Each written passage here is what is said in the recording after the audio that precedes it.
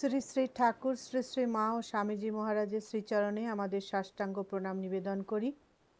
পূজ্যপাদ শ্রীমৎ স্বামী ভূতেশানন্দজি মহারাজের শ্রীচরণে আমাদের আভূমি প্রণাম। পূজনীয় মহারাজকে আমাদের সবার তরফ থেকে সশ্রদ্ধ প্রণাম জানিয়ে আমাদের আজকের শ্রী শ্রী রামকৃষ্ণ কথামৃত প্রসঙ্গের পরবর্তী পর্বের আলোচনা শুরু করছি। আমাদের আলোচনার শুরুতে তুহিনাদি আমাদের একটি আজকে গান শোনাবেন। তুহিনাদি শুরু করুন। প্রণাম মহারাজ। ঠাকুর মা স্বামীজির চরণে আমার প্রণাম জানাই। শ্রদ্ধেয় ভূতেশানন্দ মহারাজকে আমার প্রণাম জানাই। ঠাকুরের মন্ত্র কি করব না শুধু গানটা? শুধু গান করুন। আচ্ছা। স্থাপকার্যধর্মস্য সর্বধর্মস্বরূপিণী অবতার বরিষ্ঠায় রামকৃষ্ণায় তে নমঃ। কথামৃত থেকে একটি গান করছি, পুণ্ডরীকাক্ষ মুখোপাধ্যায় লেখা। সুন্দর তোমারি নাম দীন সরোহে, সুন্দর তোমারি নাম দীন সরোহে, বলিছে অমৃত ধারা, বলিছে অমৃত ধারা, জুড়াই শ্রবণ ও প্রাণ রমণ হে, সুন্দর তোমারি নাম দীন সরোহে।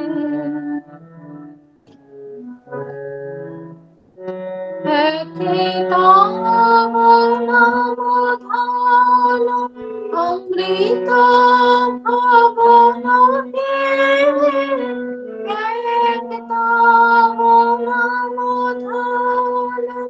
অমৃত ভবন আমার হাসি জন যে করে কীর্তন হে, ও প্রাণ রমণ হে, তোমারি নাম।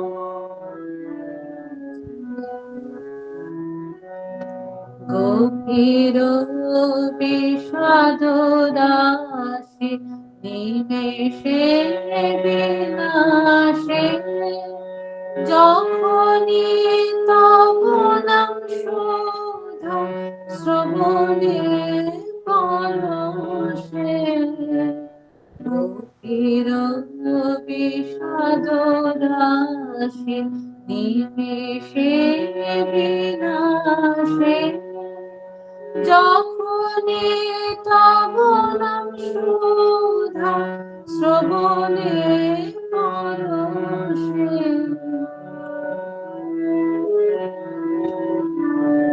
হৃদয় মধুময় তব নাম গানে, হৃদয় মধুময় তব নাম গানে, হয় যে হৃদয় নাথ চিদানন্দ ঘন হে, সুন্দর তোমারি নাম দীন সরোহে, বলিছে অমৃত ধারা, জুড়াই শ্রবণ ও প্রাণ রমণ হে, তোমারি নাম।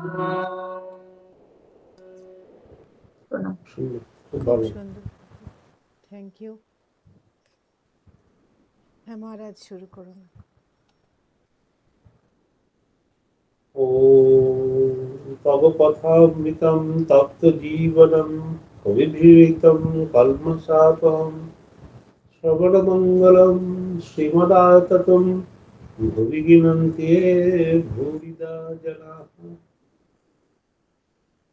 শ্রী শ্রী ঠাকুর শ্রী মা স্বামীজি মহারাজের চরণে ভক্তিপূর্ণ প্রণাম জানাই,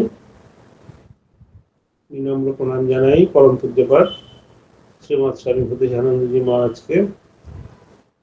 ওনার লেখা বই শ্রীরামকৃষ্ণ প্রসঙ্গ, রামকৃষ্ণ কথামৃত প্রসঙ্গ থেকে আমরা পাঠ করব। আগের দিন আমাদের ভূমিকা অবধি হয়ে গেছিল, এবার আমরা মূল কথামৃতে প্রবেশ করব। ভূমিকা পুরোটা হয়ে গেছিল না আগের দিনে? হ্যাঁ,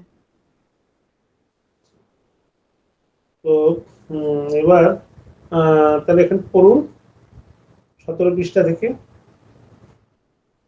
হ্যাঁ মহারাজ, এটা প্রথম অধ্যায়। আমরা রোজ একটু করে কথামৃত গ্রন্থ থেকে পড়ব এবং তা বুঝবার চেষ্টা করব। আজ কথামৃতের প্রথম ভাগে প্রথম খণ্ড থেকে আরম্ভ করছি। অবশ্য যে কোনো জায়গা থেকেই আরম্ভ করা যায়, কারণ আদাবন্তে চ মধ্যে চ হরি সর্বত্র গীয়তে। আদি অন্ত মধ্য। একটু ভেঙে বলতে হবে, আদি এব অন্তে চ মধ্যে চ হরি সর্বত্র গীয়তে। আদি এবং অন্ত, আদি এবং অন্তে সংক্ষেপে মানে সন্ধি করে আদাবন্তে করেছে, আদাবন্তে। আদি অন্ত মধ্য সব জায়গায় সেই ভগবানেরই কথা আছে, তবে সাধারণত গোড়া থেকেই আরম্ভ করা হয় এবং তাই স্বাভাবিক। এই জন্য গোড়া থেকেই আরম্ভ করছি। উপক্রমণিকায় শ্রীরামকৃষ্ণের জীবনচরিত মাস্টারমশাই সংক্ষেপে সুন্দরভাবে লিখেছেন, আমরা সেই অংশটি পড়ছি না। তারপর প্রথম পরিচ্ছেদে দক্ষিণেশ্বরের কালীবাড়ি আর বাগান ইত্যাদির একটি সুন্দর বর্ণনা দিয়েছেন, তাও আমরা এখন পড়ব না। আমরা পড়ব সেখান থেকে যেখানে বলা হয়েছে মাস্টারমশাই প্রথমে ঠাকুরকে কিভাবে দর্শন করলেন, তার প্রথম কথা কি শুনলেন। সেই দ্বিতীয় পরিচ্ছেদ থেকে আমরা এই অনুষ্ঠানের অনুসরণ করব। এই প্রসঙ্গে বলা প্রয়োজন যে মাস্টারমশাই কেবল যে ঠাকুরের কথাগুলি উল্লেখ করেছেন তা নয়, কথাগুলির পটভূমি, যে অবস্থায় ঠাকুর কথা বলছেন অল্প কথায়, তার একটি চিত্র কথামৃতের প্রতি পরিচ্ছেদের ভিতরেই দিয়ে গেছেন। এর একটু রহস্য আছে। মাস্টারমশাই তার ডায়েরিতে ঠাকুরের কথাগুলি সংক্ষেপে লিখে রাখতেন, এত সংক্ষেপে যে তিনি ছাড়া আর কারো কাছে তার কোনো অর্থ হয় না। খুব সংক্ষিপ্তভাবে খালি কয়েকটি নোটের মতো শব্দ উল্লেখ করা থাকতো। কথামৃত লেখবার আগে এই শব্দগুলি নিয়ে এক এক দিনের চিত্র তিনি ধ্যান করতেন। তিনি বলতেন যে ধ্যান করতে করতে সেই দিনের সমগ্র চিত্রটি তার চোখের সামনে স্পষ্ট ভেসে উঠত। যখন এইভাবে সমস্ত দিনের ঘটনাটি তার মানসপটে পরিস্ফুট হয়ে উঠত, তখন তিনি লিখতে আরম্ভ করতেন। আর একটু পড়বো মহারাজ? হ্যাঁ। এই জন্য আমরা দেখতে পাবো কথামৃতের প্রত্যেকটি কথার ভিতরে একটা বৈশিষ্ট্য আছে। কেবল যে ঠাকুরের কতকগুলি উপদেশ এক জায়গায় সমাবিষ্ট করে সকলকে পরিবেশন করা হচ্ছে তা নয়, এক একটি দিনের চিত্র মাস্টারমশাই সামনে উপস্থিত করে দিচ্ছেন। ঠাকুর বসে আছেন, কোন দিকে বসে আছেন, সঙ্গে ঘরে কে কে আছেন, সব উল্লেখ করে যাচ্ছেন। এর আগে কালীবাড়ির বর্ণনা তিনি পুঙ্খানুপুঙ্খ রূপে দিয়েছেন। তার তাৎপর্য হচ্ছে এই যে কথামৃতের পাঠকরা যেন গোড়া থেকে ওই চিত্রের সঙ্গে মিলিয়ে ঠাকুরকে ধ্যান করে কথাগুলি বোঝবার চেষ্টা করেন। এই হলো কথামৃতের অপূর্ব বৈশিষ্ট্য। হ্যাঁ, তো এখানে আমরা একটু দেখবো বলছে যে কথামৃতের আমরা যখন কোনো কথামৃত পড়তে বলে তখন তো আর এরকম শুরু থেকে এরকম পড়া যায় না, বা কোনো সিলেক্টিভ তো পড়া যায় না। কিন্তু যখন দেখি যে মানে ঠিক আমি যেটা চাই যেটা পড়তে চাইছি ওটা ওই চ্যাপ্টারের থেকেই বেরিয়ে যায়, মানে যদি বইটা খোলা হয়, বই অখণ্ড বইটা, ঠিক মানে আমার যে যে কথাগুলো আমি জানতে চাইছি, যে কথাগুলো আমি শুনতে চাইছি, সেই কথাটা সেই জায়গা থেকেই বইটা খুলে যায় আর কি, কথাটা খুলে যায়। তো এর রহস্য হচ্ছে যে এই এই যে কথামৃত কথাটা, কথামৃত বইটা যে কোনো জায়গা থেকেই, যে কোনো পৃষ্ঠা থেকেই শুরু করা যায় বা পড়া যায়, ওটা কোনো ব্যাপার না। কিন্তু আমাদের মূলটা জানতে হবে, প্রথম থেকে জানলে তার একটা ধারাবাহিক ভাবে হবে। যেমন আমরা এই কথামৃত প্রসঙ্গ আপনাদের পড়া হয়ে গেছিল অনেকটা, আবার আমরা প্রথম থেকে শুরু করেছি। তো প্রথম থেকে শুরু করার একটা মানে ইয়ে আছে, একটা উপকারিতা আছে। তো এই যেখানে বলছেন যে কালীবাড়ির যে কথা, আগেই কালীবাড়ির একটা বর্ণনা দিয়েছেন কেন, যে সবার পক্ষে, এবার মনে করুন যিনি ইয়ে থেকে, এই ধরুন বাংলাদেশ থেকে যিনি পড়ছেন, বাংলাদেশে তো বাংলা আছে, তো তিনি তো হয়তো অনেকে আছেন কালীবাড়ি দেখেনি, দক্ষিণেশ্বরে আসেনি, বা যিনি বাইরে আছেন, বিদেশ থেকে পড়ছেন, তো তারা কিভাবে কি বুঝবে, কিভাবে যে ঠাকুরের ঘরটা কোথায় আছে, কোথায় মন্দিরটা কোথায় আছে, সেগুলো তারা বুঝতে পারবে না। সেই জন্য মাস্টারমশাই একদম ভিভিডলি, একদম সুন্দরভাবে মানে বলছেন যে শুরু থেকে কোথায় কোন মন্দিরটা আছে, কার পাশে কি আছে, এটা সুন্দর একটা বই মানে বিবৃতি দিয়েছে। এই মন্দিরের একটা একটা ভৌগোলিক একটা ব্যাখ্যা দিয়েছে। তো সেটা নিয়ে ওটা মানে আমরা ওই ওটা যাব না, কিন্তু যে কথাগুলো মাস্টারমশাই বলছেন সেটা কিন্তু বোঝার মতো। তাকে বলছেন যে চলচ্চিত্র যেমন সিনেমা যেরকম একটার পর একটা যখন চলে আসছে, তেমনি মাস্টারমশাই যে এক এক দিনের যে একটা ব্যাখ্যা, আজ শনিবার, কাল রবিবার, এরকম যে প্রত্যেক দিনের যে একটা, মনে হচ্ছে যেন এক একটা সিনেমার এক একটা অংশ যেন এক একটা দিন আমাদের কাছে পরিবেশিত হচ্ছে। তো এটা কিভাবে সম্ভব হয়েছে, ওই যে বললেন যে রহস্যটা, এই যে আমাদের ভূতেশালী মহারাজ বললেন যে এর একটা রহস্য আছে। রহস্য হলো যে উনি শর্ট হ্যান্ডে লিখে রাখতেন, সেটা একমাত্র উনিই পড়তে পারতেন, আর কেউ ওটা বুঝতে পারবে না ডায়েরিতে। এবং সেটা যখন উনি মানে ইলাবোরেট করে যখন লিখবেন, তখন উনি ওই দিন খুব মানে নিষ্ঠার সাথে গঙ্গা স্নান করে একদম মানে খুব সাত্বিকভাবে উনি এইটা মানে বইটার কথার মধ্যে লেখাটা শুরু করতেন। তার আগে মানে একদম মানে শরীর মন একদম পুরো শান্ত করে, পবিত্র করে উনি লেখা শুরু করতেন এবং ধ্যান করে। ওইটা হচ্ছে মানে শেখার আমাদের, যে আমরা যদি, অনেকের পক্ষে সবসময় ধ্যান করাটা কষ্টকর হয়, বা দক্ষিণেশ্বর বেলুড় মঠে যাওয়াটা সম্ভবপর হয় না, কিন্তু যদি আমরা এই এক একটা কথামৃতের এক একটা চ্যাপ্টারকে যদি আমরা মানে পড়ি এবং মন থেকে যদি আমরা ওই পড়াটার উপরে ধ্যান করি, তাহলে মনে হবে যেন আমিও ওই মাস্টারমশাই যে বলছেন, আমিও মাস্টারমশাইয়ের সব পাশে বসে আছি, যে আমিও যেন ঠাকুরের সামনে বসে আছি, ঠাকুরের সেই যে ছোট খাটটিতে আমরা তার সামনে বসে এই আমরা কথামৃত শ্রবণ করছি, নিজেকে ওখানে একদম মানে শ্রোতা হিসেবে মনে হয়। তো এইটা হচ্ছে ধ্যান করার বিষয়। এই ধ্যানের এই যে কথামৃত জন্য ঠাকুরের যে ঘরটা, ঠাকুরের যে বেডরুমটা, ওটা হচ্ছে একটা ধ্যানের বস্তু। সবাই যখন মানে কথামৃত যখন পড়ে, তখন ওটা মনে করে যে এখানে যেন আমরা বসে আছি, এবং ওটা একটা ধ্যানের একটা বিষয়বস্তু পড়ছি আমরা, মাস্টারমশাই যে কথাগুলো বলছেন সেটা যেন শুনতে পাচ্ছি, আমি ওখানে বসে বসে শুনতে পাচ্ছি, এরকম একটা। তো যখন কোনো মূর্তি বা কোনো আমরা যেরকম ইষ্ট বলি, ইষ্ট গুরু, এসব ধ্যানের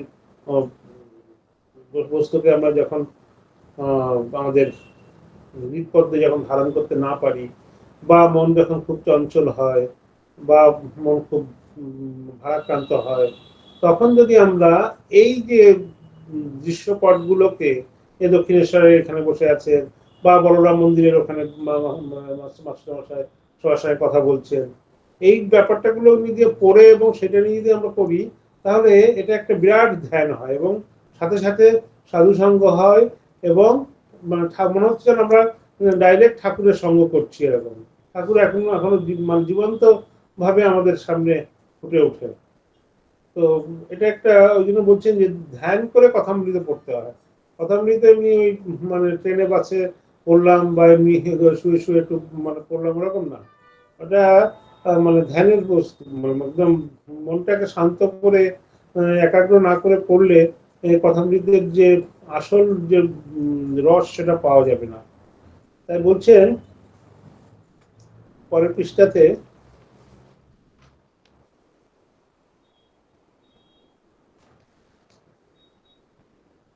এই যে কালীবাড়ির বর্ণনা তিনি দিয়েছেন সেটা তো পাওয়া গেল। আর একটা হলো যে ওইটা খুব সুন্দর, ঠাকুর বসে আছেন কোন দিকে বসে আছেন, ঠাকুর যে মানে পূর্ব মুখে বসে আছেন না দক্ষিণ মুখে বসে আছেন বা না গঙ্গার দিকে বসে, ওটাকে মাস্টারমশাই পরিষ্কার লিখছেন।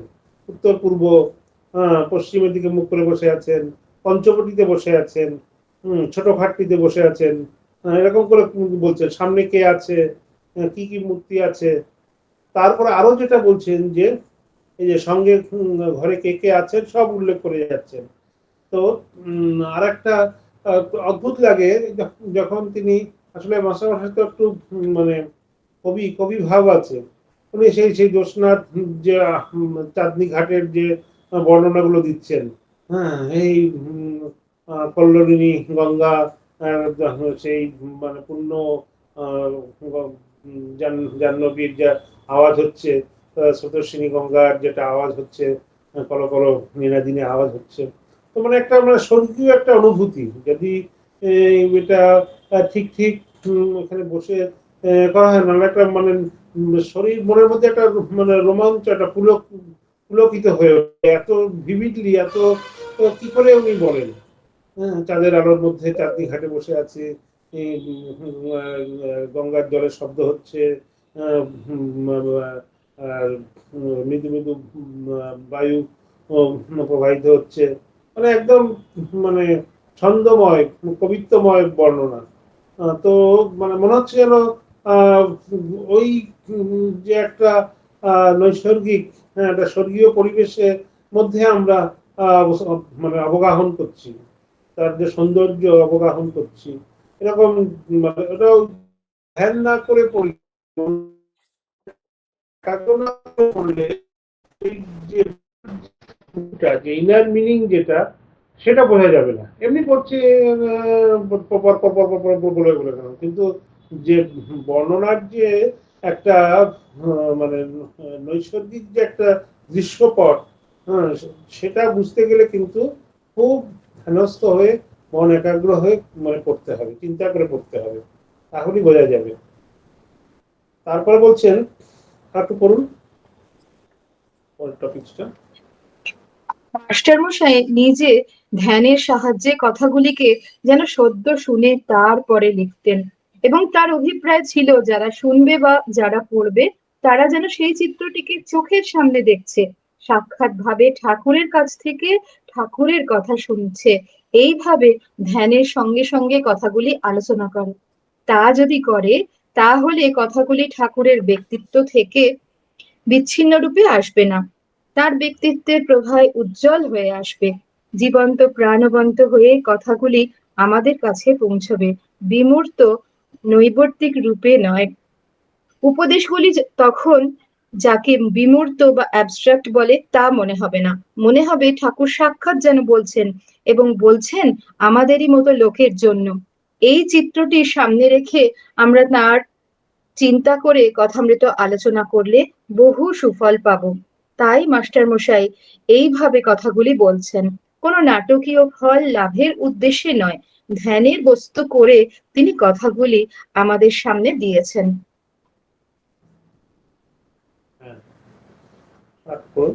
আচ্ছা, এখানে একটি জিনিস লক্ষ্য করবার যে মাস্টারমশাই ঠাকুরের কাছে যাবেন মনে এরকম কোনো সংকল্প নিয়ে বেরোননি। বরানগরে গেছেন, অনেক বাগান ছিল তখন সেখানে। এখানে সেখানে বেরিয়ে বেড়াচ্ছেন। এমন সময় তার আত্মীয় সিধু, যিনি ওই জায়গার সঙ্গে পরিচিত, তিনি বললেন, গঙ্গার ধারে একটি চমৎকার বাগান আছে, সেই বাগানটি কি দেখতে যাবেন? সেখানে একজন পরমহংস আছেন। তারপর এই বাগানে সেই বাগানে বেড়াতে বেড়াতে তারা দক্ষিণেশ্বরে কালীবাড়ির বাগানে গিয়ে পড়লেন। তাই মাস্টারমশাই দৈবক্রমেই সেখানে গিয়ে পড়েছেন, পরিকল্পনা করে নয়। সাধু দেখতে যে গেছেন তাও নয়। তারপর ঠাকুরের কাছে গিয়ে মাস্টারমশাই দেখলেন অপরের সঙ্গে ঠাকুর কথা বলছেন। সেই কথার এখানে উল্লেখ মাত্র করেছেন। কথাগুলির সঙ্গে মাস্টারমশাইয়ের অন্তরের কোনো যোগ তখনও হয়নি, তবে কথাগুলি তার ভালো লেগেছে। মনে হয় তখনও ঠাকুরের আকর্ষণ খুব প্রবল ভাবে যে বোধ করেছেন তা নয়, কারণ বলছেন, একবার দেখি কোথায় এসেছি, তারপর এখানে এসে বসবো। বাগান দেখতে ঠাকুরের ঘর থেকে বেরিয়েছেন। এমন সময় আরতির কাঁসর ঘণ্টা খোল করতাল বেজে উঠল। তাই সব মন্দিরে আরতি দেখে আবার এলেন ঠাকুরের ঘরের সামনে। দেখলেন ঘরের দরজা বন্ধ।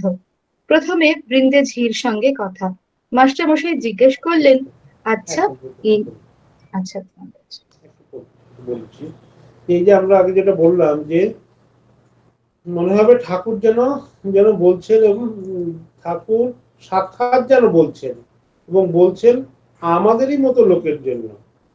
মানে ঠাকুরের সামনে যে মাস্টারমশাই বসে আছেন তা নয়, মাস্টারমশাইয়ের সাথে মাস্টারমশাইয়ের সামনে বসে আছেন, পেছনে যেন আমরাও মাস্টারমশাইয়ের পেছনে বসে আছি, আমাদের জন্য কথাগুলো বলছেন, এবং মাস্টারমশাই সেটা লিখে রেখেছেন ভাবিকালের ভক্তদের জন্য।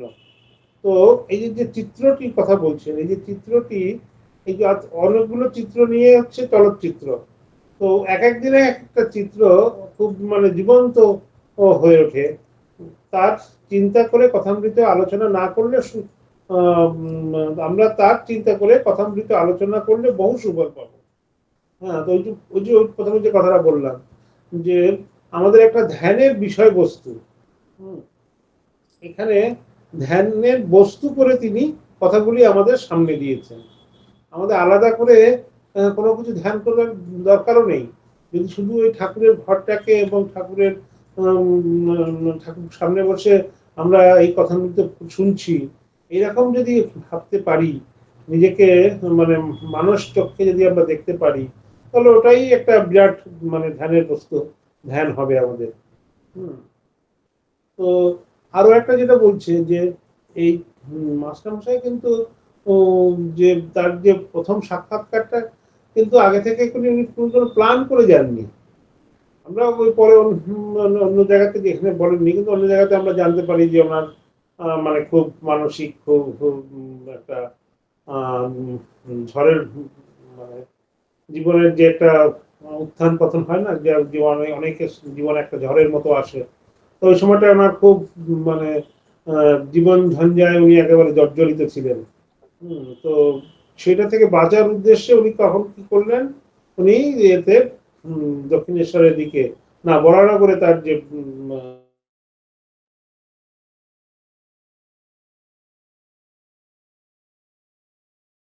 গঙ্গার পাড়ে এলেন, গঙ্গার বাগান দেখবেন বলে এলেন।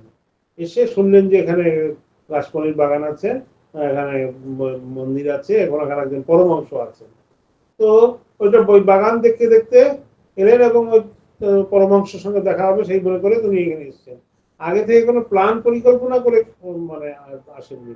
এই যে সিদ্ধু যে আত্মীয়, উনি বললেন চল ওদিকে তো মনটা খারাপ আছে, চল ওখানে একটু ঘুরে আসবি, একটু গঙ্গার পরে ঘুরলে বা বাগান দেখলে মন ঠিক হয়ে যাবে, আর ওখানে একজন পরমহংস আছে, তার সঙ্গে দেখা হলে মন ঠিক হয়ে যাবে, যেমন মানে মানে বলে অনেকে সেরকম। কিন্তু এটা এই দেখা করতে এসে, বাগান দেখতে এসে পরমহংসের সঙ্গে দেখা হওয়ার পরে তো তার জীবনই পাল্টে গেল, তো জীবনই মানে অন্য প্রবাহে মানে বইল। তো এখানে কিন্তু প্রথমেই কিন্তু মাস্টারমশাই ভালো লাগেনি, ঠাকুরের যে একেবারে যে দেখেই একেবারে অন্য কোথাও যাবো না, এখানে বলবো এরকম না, বলছে ঠিক আছে, একটু ঘুরে দেখি, তারপরে সময় পেলে এসে পরে এসে বসবো, এরকম। এরকম একটা তার মনোভাব ছিল। আগে থেকে কোনো প্ল্যান পরিকল্পনা করে কিন্তু মাস্টারমশাই এখানে আসেননি। ব্যাস, এবারে পরেরটা পড়ুন, তারপরে আমরা একটা আলোচনা করবো। লৌকিক জ্ঞান। লৌকিক জ্ঞান ও ভগবৎ জ্ঞান। প্রথমে বৃন্দে ঝির সঙ্গে কথা। মাস্টারমশাই জিজ্ঞেস করলেন, আচ্ছা ইনি কি খুব বই টই পড়েন? বৃন্দেঝি বলছে, আর বাবা বই টই সব ওর মুখে। বৃন্দেঝি, তার তো পড়াশোনা কিছুই নেই, কিন্তু দেখেছে বড় বড় পণ্ডিতদের ঠাকুরের কাছে আসতে, অনেক সাধুকে সেখানে আসতে দেখেছে, বিশিষ্ট ব্যক্তি বিশিষ্ট সাধকদেরও আসতে দেখেছে, এবং তাদের সঙ্গে ঠাকুরের কথা মন দিয়ে না শুনলেও এমনই শুনেছে, এবং এইটুকু জানে যে ঠাকুরের কথায় সকলেই মুগ্ধ। বইটই যে ঠাকুর পড়েন না তা জানে, কাজেই তার সিদ্ধান্ত জানিয়ে দিল, বইটই সব ওর মুখে। আরেকটু পড়ো মহারাজ। হ্যাঁ। মাস্টারমশাইয়ের কাছে এটা আশ্চর্য বলে মনে হলো, কারণ তার ধারণা ছিল আধ্যাত্মিক জীবনে অভিজ্ঞ হতে হলে গ্রন্থাদি পড়া অপরিহার্য, জ্ঞানের ভান্ডার তা না হলে ভরবে কি দিয়ে। সুতরাং ঠাকুর বই পড়েন না শুনে তিনি অবাক হলেন। এই প্রসঙ্গে আমরা পরে দেখব একটি ভক্ত মহিমাচরণ, যিনি ঠাকুরের কাছে যেতেন, বলছেন অনেক খাটতে হয় তবে ঈশ্বর লাভ হয়, পড়তেই কত হয় অনন্ত শাস্ত্র। আর ঠাকুর উত্তর দিচ্ছেন, শাস্ত্র কত পড়বে, বই পড়ে কি জানবে, বই পড়ে ঠিক অনুভব হয় না। সাধারণ মানুষের মহিমাচরণ চক্রবর্তী একটু মানে একটু বিদ্যার একটু অহংকার ছিল। ওনার বাড়িতে খুব অনেক বই টই ছিল, মানে বাড়িতে ঘর ভর্তি সব সাজিয়ে রেখেছিল। তো সবাই জিজ্ঞাসা করতো যারা, এত বই কি সব আপনার সব পড়া হয়ে গেছে? এত বই যে রেখেছেন সব পড়া আপনার সব প্রত্যেক বই পড়েছেন? হ্যাঁ হ্যাঁ, সব পড়া হয়ে গেছে। তো স্বামীজি নাকি একজন খুলে দেখেন যে অনেক বই মানে একদম আনটাস্ট অবস্থায় রয়েছে, মানে বইয়ের মানে যে জোড়া থাকে, যেটা যে সে কাটা, সেগুলো খোলা হয়নি আর কি, যে দুটো পাতা যে হয়ে থাকে সে পর্যন্ত খোলা হয়নি। অনেকে বই বই জমিয়ে রাখে, ওটা মানে আমার বাড়িতে একটা বিশাল লাইব্রেরি আছে, সেটা দেখানোর জন্য। তো এনার এই যে কথা যে অনেক খাটতে হয় তবে ঈশ্বর লাভ হয়, পড়তেই কত হয় অনন্ত শাস্ত্র। এই যে মানে সাধারণ লোকদের, আমাদের সাধারণ যারা মানে এই যে বলছো পরাবিদ্যা অপরাবিদ্যা, হ্যাঁ, লৌকিক জ্ঞান আর ভগবত জ্ঞান, তো যারা মানে ভগবত শাস্ত্র যেটা, মানে ভগবত জ্ঞানের জন্য যেটা শাস্ত্র, যে পরাবিদ্যা, তো সেই পরা অপরা বিদ্যার যেটা, সেটার জন্য আমাদের মানে জাগতিক যে জ্ঞান লাভের জন্য আমাদের অনেক বই পড়তে হয়। কিন্তু যে ভগবত জ্ঞানের জন্য শুধু যে পড়াটাই আসল তা নয়, ওখানে একটা অনুভূতির ব্যাপার আছে। সাধারণ যারা জ্ঞানী লোক, সাধারণ যারা পণ্ডিত, তারা ভাবেন যে অনেক শাস্ত্র পড়তে হবে, অনেক কিছু পড়তে হবে। আরে তুই শাস্ত্র পড়িসনি, তোর কি হবে? তোর কিছু হবে না। তো শাস্ত্র পড়লেই যেন, অনেক কিছু পড়লেই যেন ভগবানকে জানা যাবে, এরকম একটা তাদের একটা সূক্ষ্ম একটা অহংকার, একটা আছে। আমি অনেক শাস্ত্র জানি, অনেক বই পড়েছি, কিন্তু শুধু বই পড়লেই যে ভগবানকে জানা যাবে, শুধু বই পড়লেই যে ভগবানকে লাভ করা যাবে, এমনটি নয়। তো সেইটা ঠাকুর বলছেন যে মাস্টারমশাই প্রথম যখন শুনলেন এটা বৃন্দের কাছে, যে সব বইটাই সব ওর বুকে, বলছেন উনি ভেবেছিলেন মাস্টারমশাই পণ্ডিত লোক, ভেবেছিলেন যে ঠাকুর মনে উনি অনেক বই, এত সব কথা বলেন, বড় বড় লোক এসে ওনার সামনে মুগ্ধ হয়ে বসে থাকেন, তার মানে ওনার অনেক জ্ঞান আছে, অনেক বই টই পড়া আছে, পাণ্ডিত্য অনেক। সেই জন্য জিজ্ঞাসা করছেন। আবার তার কাছে জিজ্ঞাসা করছেন আর এক পণ্ডিত, যে কখনো পড়তে দেখেনি কখনো ঠাকুরকে, আর বই সব তো মুখে। হ্যাঁ, তো দেখছেন যে অনবরত কথা বলছেন, ঠাকুর কথা বলছেন, এবং সেই কথা শুনে সমস্ত বড় বড় পণ্ডিতরা মুগ্ধ হয়ে যাচ্ছেন। তো ওর কথা, বৃন্দিজির কথা শুনে মাস্টার মশাই প্রথমে একটু ঘাবড়ে গেলেন, যে কি কি বলছেন, পড়াশোনা না করলেও কি এরকম ভগবানকে জানা যায়, বা এরকম পরমহংস হওয়া যায়?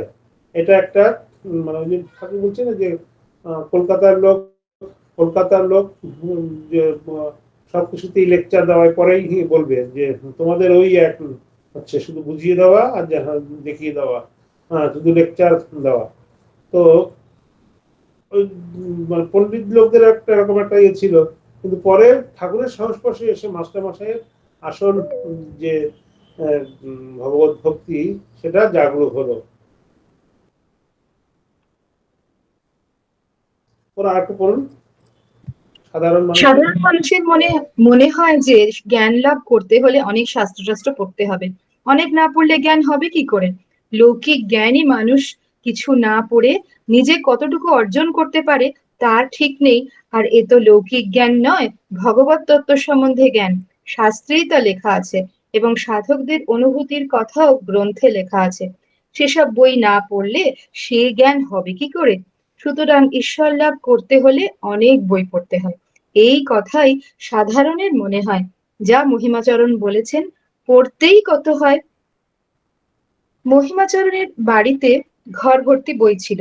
ওই রকম ঘর ভর্তি বই দেখার পর লোকে যদি শোনে যে এত সব বই পড়তে হয়, তাহলে সেখানেই নমস্কার করে চলে যাবে, ভাববে আমাদের জীবনে ঈশ্বর লাভ আর হবে না।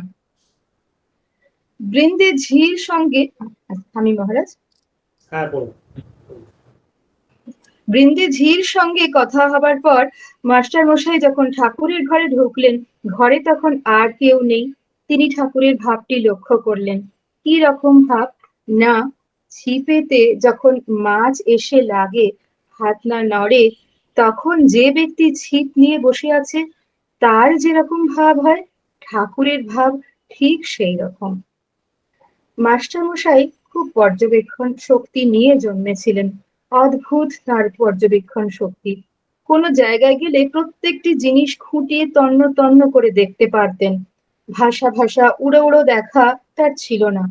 আমরা দেখেছি তিনি মঠে আসতেন যখন ঘরে ঘরে যেতেন, আর তার সঙ্গে অনুরাগী ভক্ত যারা আসতেন তাদের বলতেন, দেখো সব জিনিস দেখতে হয়, মঠ দেখা কি খালি জায়গাটা দেখা?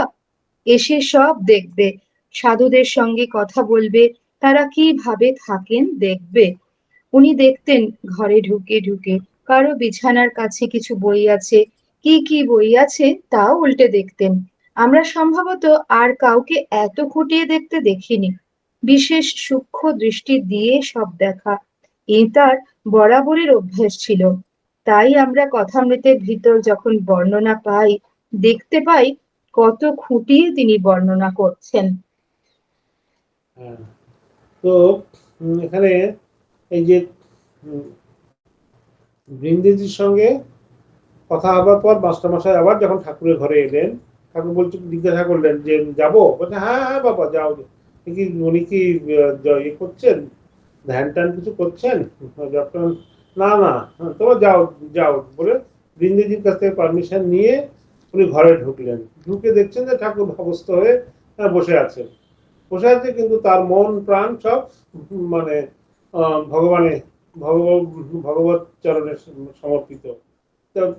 মানে তাকাচ্ছে সবার দিকে, কিন্তু ও মানে চোখের সাথে আমরা যখন কিছু দেখি তখন আমাদের ব্রেন, আমাদের মানে দর্শনেন্দ্রিয় মানে চোখ এবং সেই বস্তু, এই তিনটের মধ্যে যদি লিঙ্ক হয় তখনই আমরা সেটা ভালো করে দেখতে পারি বা পর্যবেক্ষণ করতে পারি।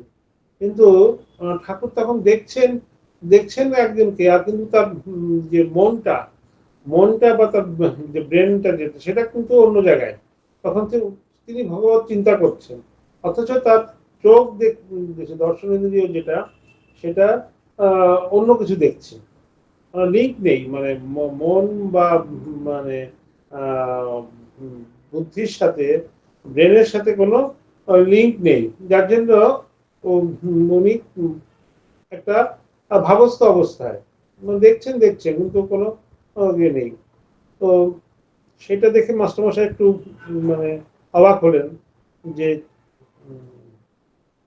কিরকম ভাবনা। ছিপেতে যখন মাছ এসে লাগে, ফাতনা নড়ে, তখন যে ব্যক্তি ছিপ নিয়ে বসে আছে তার যেরকম ভাব হয়, ঠাকুরের ভাব ঠিক সেই রকম। মানে মানে একদম ধ্যানস্থ। অন্যদিকে তার আর কোনো মানে লক্ষণ নেই, অন্যদিকে তার আর কোনো মনটা নেই।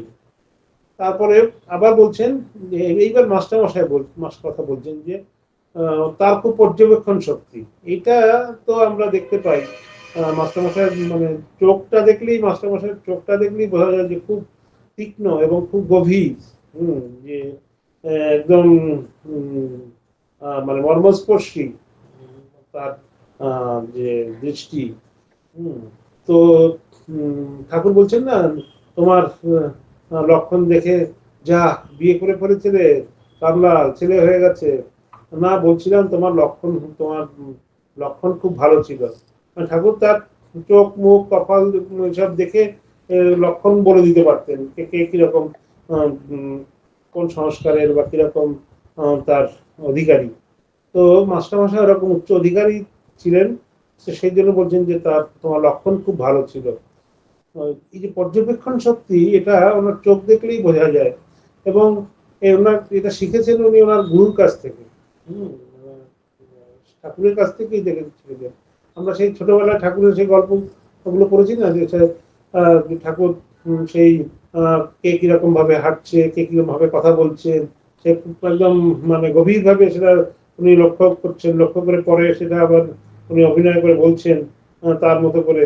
এই যে যে একদম গভীরভাবে পর্যবেক্ষণ করার শক্তি, এটা সবার হয় না।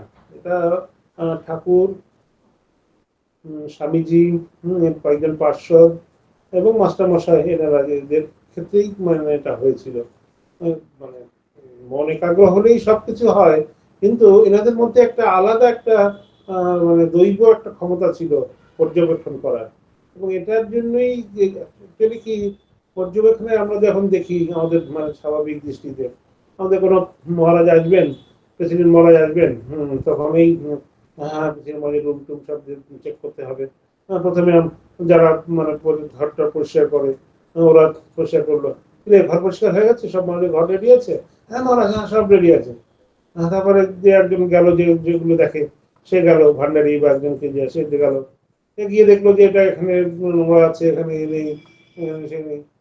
সে গিয়ে অনেক কিছু ওটাকে আবার একটু মানে এডিট করে দিল, একটু আবার ওটাকে মানে মানে পিউরিফাই করলো, একটু ভালো করে সাজালো।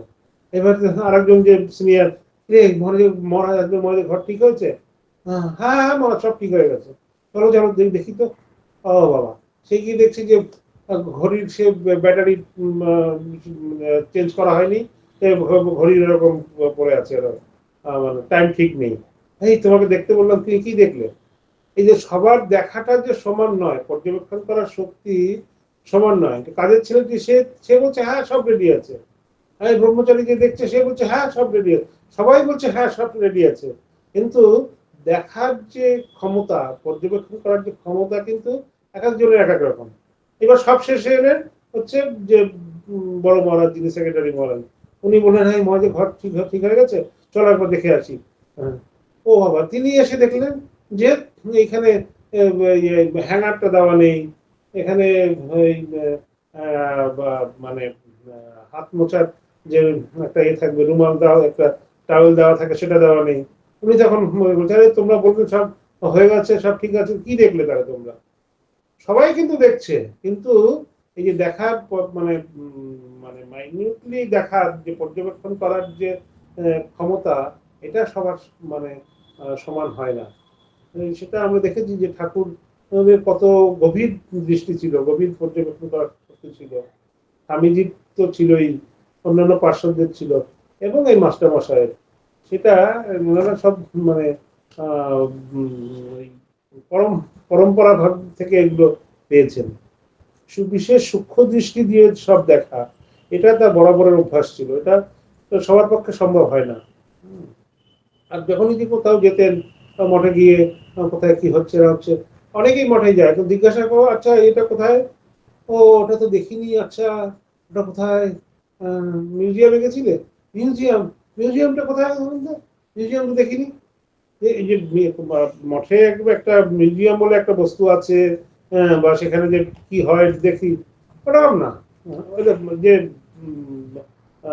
সবকিছু যে ঘুরে দেখা, মানে একদম মনোযোগ দিয়ে দেখা, এটা অনেকের ক্ষেত্রে হয় না।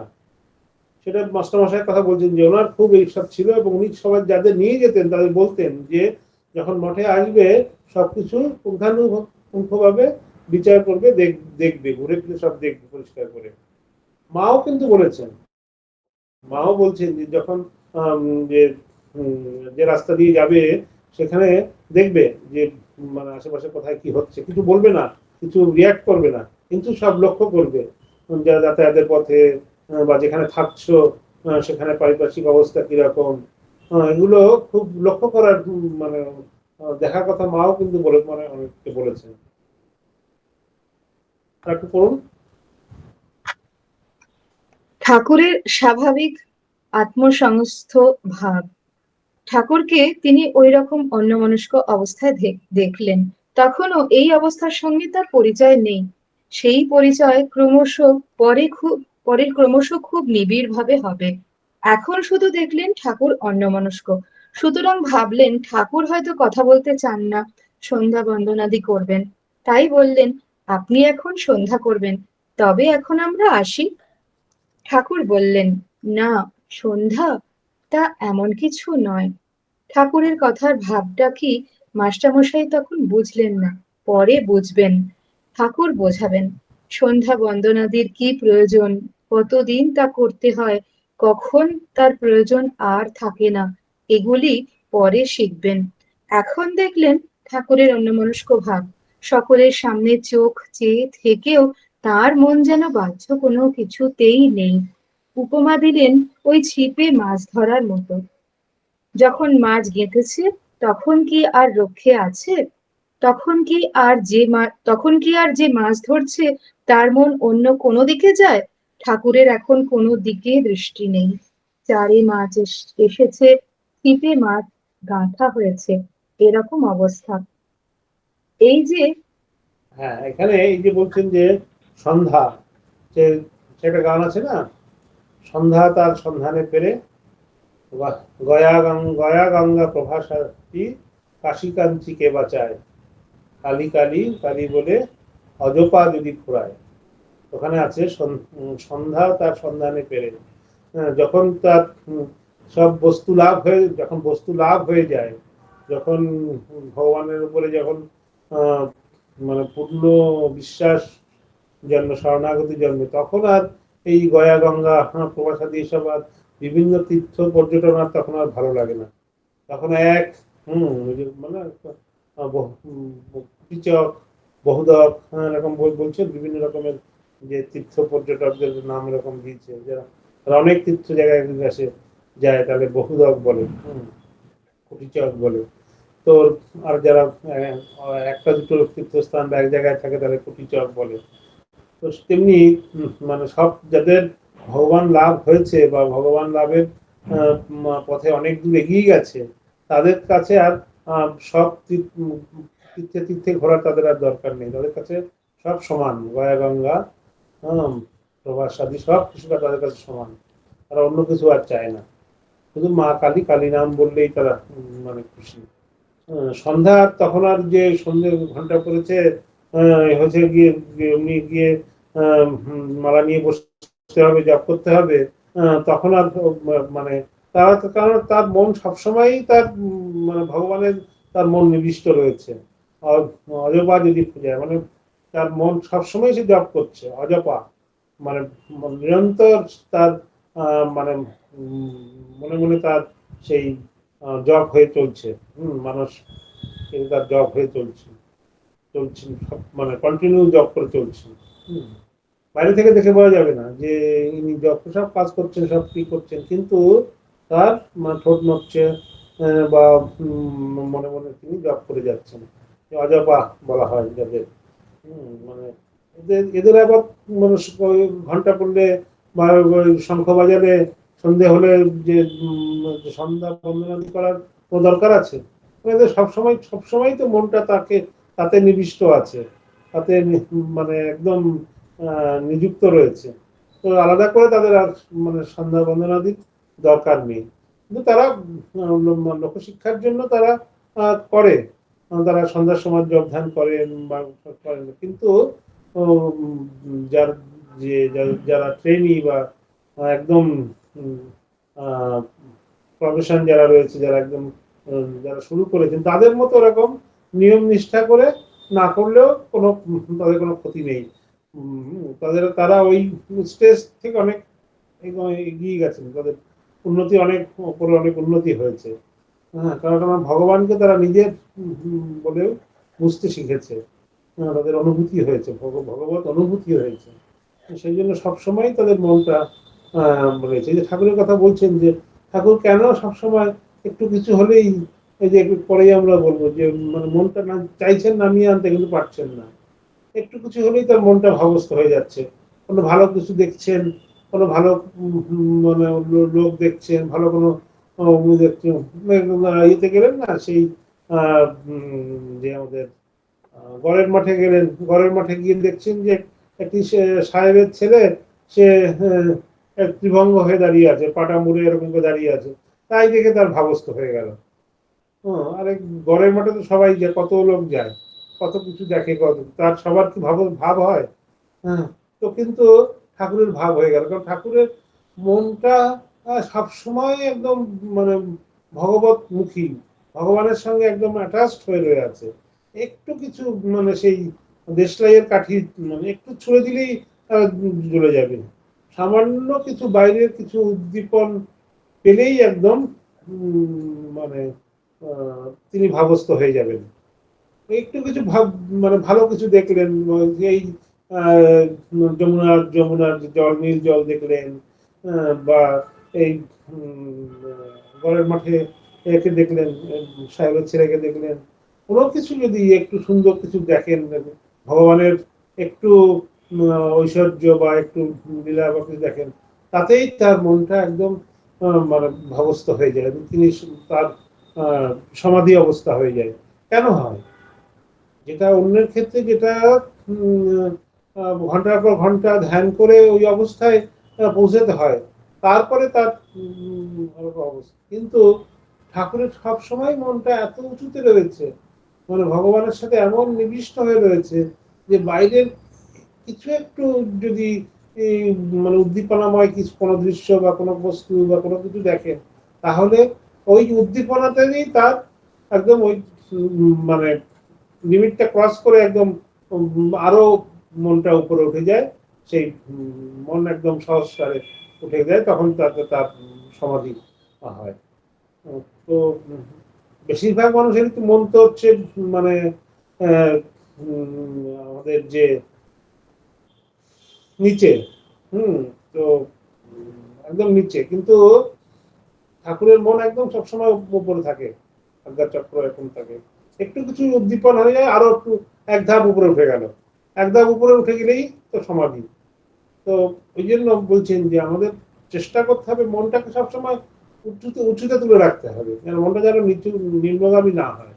হ্যাঁ, মানে সবসময়তেই যদি আমরা একটা মনটাকে উঁচু ধরে রাখতে পারি, তাহলে কিন্তু আমাদের এই জপ ধ্যান বলুন বা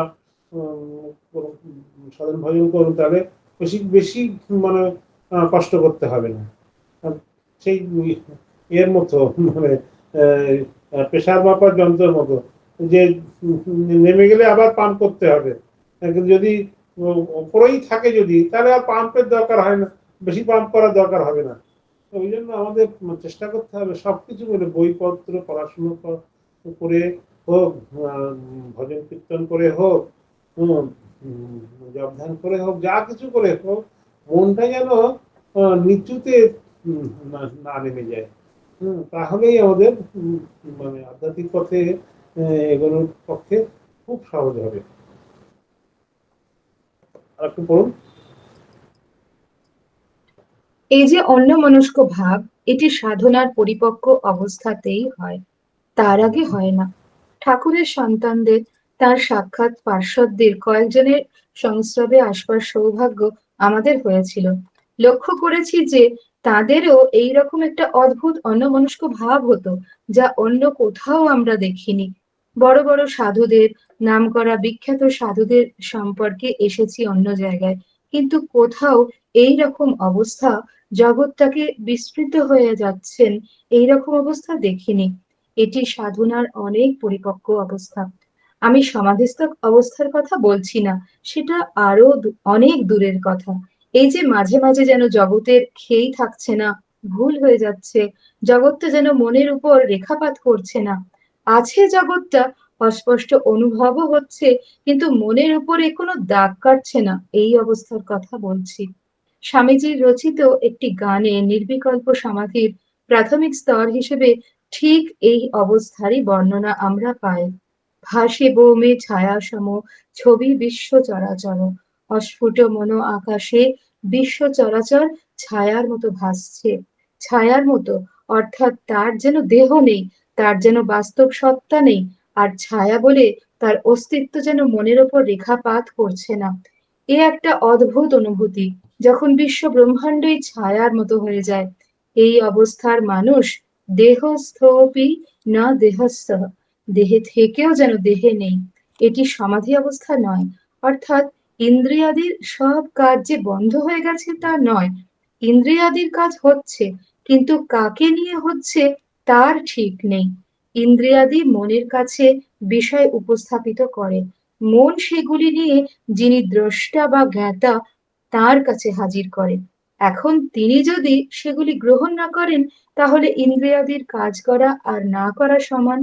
এই অবস্থায় একেবারে যে জগতের সঙ্গে সম্পর্কে নেই তা নয়, আছে, কিন্তু জগৎটা ছায়ার মতো হয়ে আছে। এই জগৎ ছায়ার মতো হয়ে আছে। জগৎ আছেন, কিন্তু জগতের সাথে কোনো লিঙ্ক নেই। এই যে বলছে না যে যখন উপমা দিলেন ওই যে ছিপে মাছ ধরার কথা, যখন মাছ গেঁথেছে তখন কি আর রক্ষে আছে? তখন কি আর যে মাছ ধরেছে তার মন অন্যদিকে যায়? তখন ওই বর যদি ব্যান্ড পার্টি নিয়ে বাদ্য বাজনা নিয়ে নাচা গানা করে চলে যায়ও, তখন আর সে তার ওদিকে মন নেই। বা কেউ যদি এসে জিজ্ঞাসা করে, হ্যাঁ গা ওই বাড়ি অমুক বাড়িটা কোথায়, 10 বার চেঁচিয়ে বললেও কিছু মানে তার ইয়ে নেই।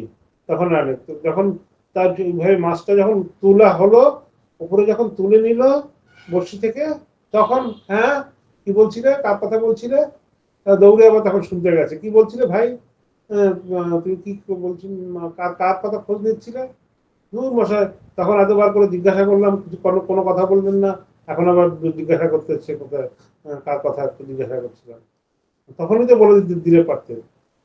তো তখন তো সে অন্য কাজে ব্যস্ত ছিল, তখন তো আর তার বাড়ির ঠিকানা বলার মতো অবস্থা ছিল না। হ্যাঁ, তো এটা সে কি করে বোঝাবে? এরকম যে যখন আমরা কোন একটা আহ যে মাছ ধরার নেশা, যেটা ঠাকুর দেখুন, ঠাকুরের কত অদ্ভুত একটা মানে পর্যবেক্ষণ শক্তি। এত বড় একটা বড় ঘটনা কত সাধারণ মাছ ধরার দিয়ে বোঝালেন।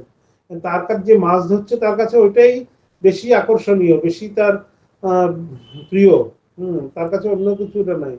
তেমনি যে ভগবত সাধনা করছেন যিনি ভক্ত, তার কাছে সেই ভগবত অনুভূতি লাভটাই হচ্ছে সব থেকে শ্রেষ্ঠ অনুভূতি, শ্রেষ্ঠ মানে সম্পদ। তিনি তখন অন্য কিছুর দিকে তার আর কোনো মন নেই, কি হচ্ছে পারিপার্শ্বিক কি হচ্ছে না হচ্ছে মন নেই। দেখতে পাচ্ছেন তাকাচ্ছে সেই পাখির ডিমে তা দেওয়ার মতো অবস্থা। হ্যাঁ, সে তাকিয়ে আছে, বসে ডিমে তা দিচ্ছে, কিন্তু চোখ ছানা পড়া, চোখ অন্যদিকে অন্য কোথাও ভাবছে। কেননা তার মনটা পড়ে আছে ওই পাখির ডিমের প্রতি।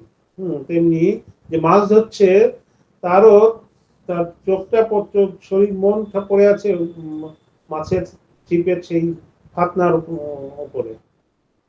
তো এরকম যদি দৃঢ় না হয় তাহলে কিন্তু ভগবত লাভ বা মানে এই সমাধির যে আগের স্টেজ বা পরের স্টেজ সব লাভ করা খুব কঠিন।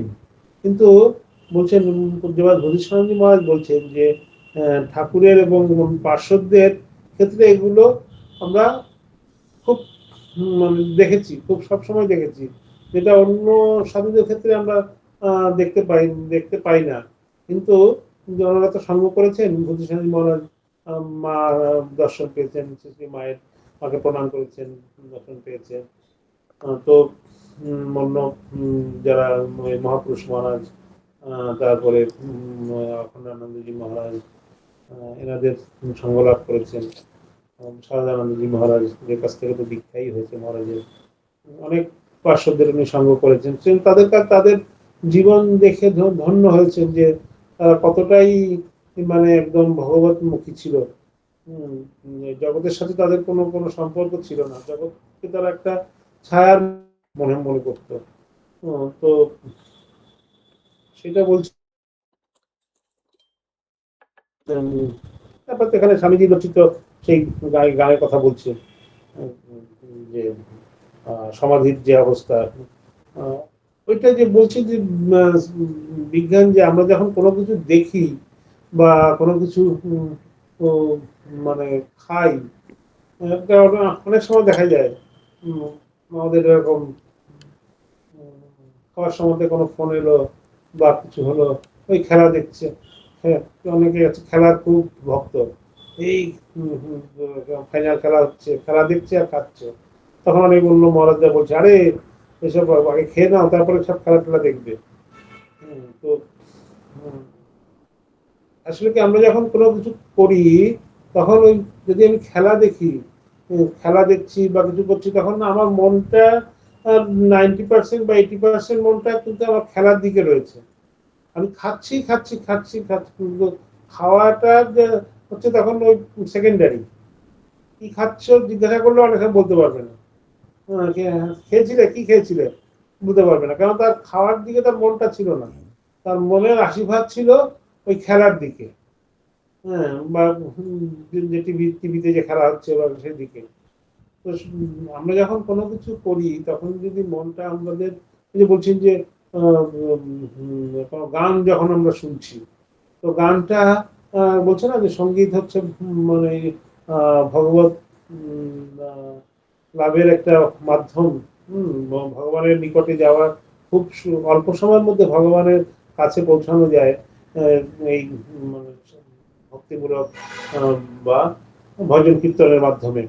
তো কেন বলছেন যে ওই সময়টা আমাদের মনটা এতটাই একাগ্র হয়ে যায়, এতটাই একাগ্র হয়ে যায় যে আমাদের একদম মানে আমাদের শরীর, মন, মন বুদ্ধি এবং আমাদের যে মানে অন্যান্য ইন্দ্রিয়গুলো একদম মানে আত্মার আত্মার একটা আমাদের যে সবার ভিতরে যে সেই যে ডিভাইন, যে সেই যে আত্মা রয়েছে, সে তার একটা ঝলক আমরা বুঝতে পারি।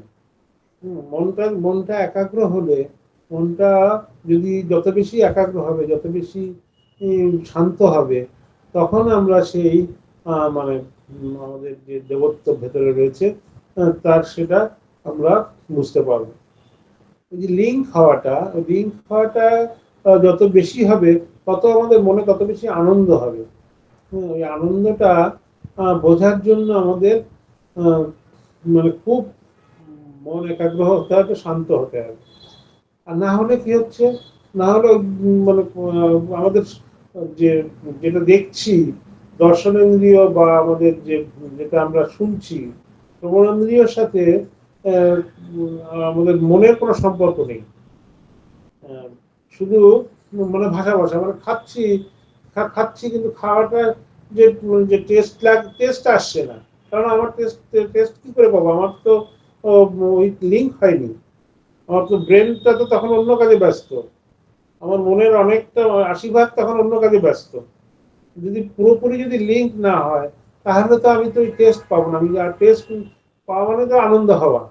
আনন্দটা তখনই হবে যখন আমার পুরোপুরি আমার মানে শরীর মনটার সাথে আত্মার সাথে একটা লিঙ্ক হবে। হ্যাঁ, কিন্তু আমরা যদি ওই বলছি যে না একসঙ্গে অনেকগুলো কাজ করছি, খেতে খেতে মানে টিভি দেখছি, খেতে খেতে মোবাইল দেখছি, দুটো তিনটে কাজ একসাথে করছি, তো কোনোটাই কিন্তু আমরা ভালোভাবে করতে পারছি না। কেননা একই সঙ্গে মানে সবগুলো করলে কোনোটার পরে মন একাগ্র হয় না, যার জন্য কোনোটার স্বাদ বা কোনোটার সে কাজের যে ক্ল্যারিটি, কাজের যে সেটা সম্ভব হয় না। তো এটা মানে কোনো কিছু যে গানটাকে বোঝার জন্য, গানটাকে উপলব্ধি করার জন্য আমাকে সবকিছু ছেড়ে দিয়ে মানে আমার পুরো 100% লিঙ্ক রাখতে হবে।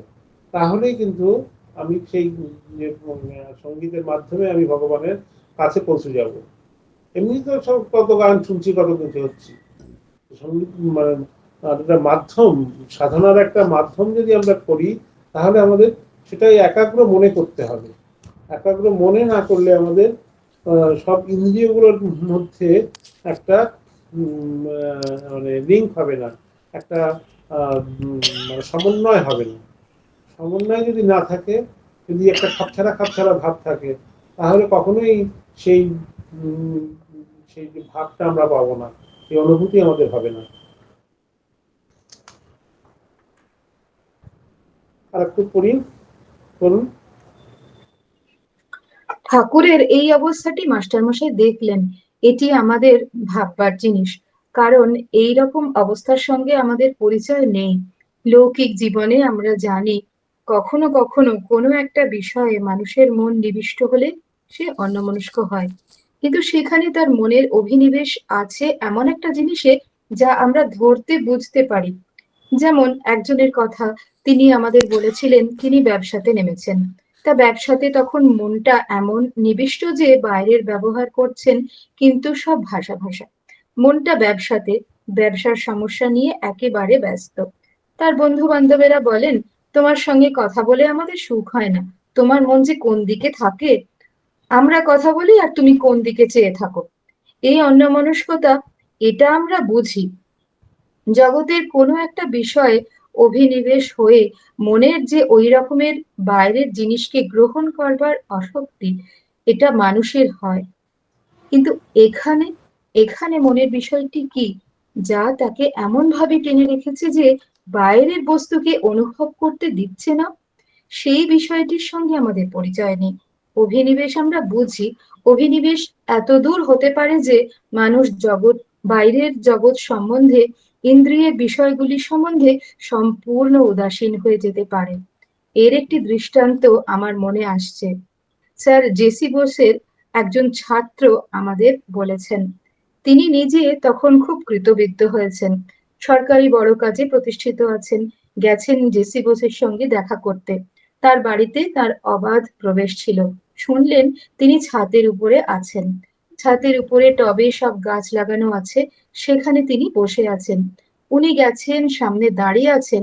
স্যার জেসি বোসের কোনো হুঁশ নেই, অনেকক্ষণ দাঁড়িয়ে আছেন।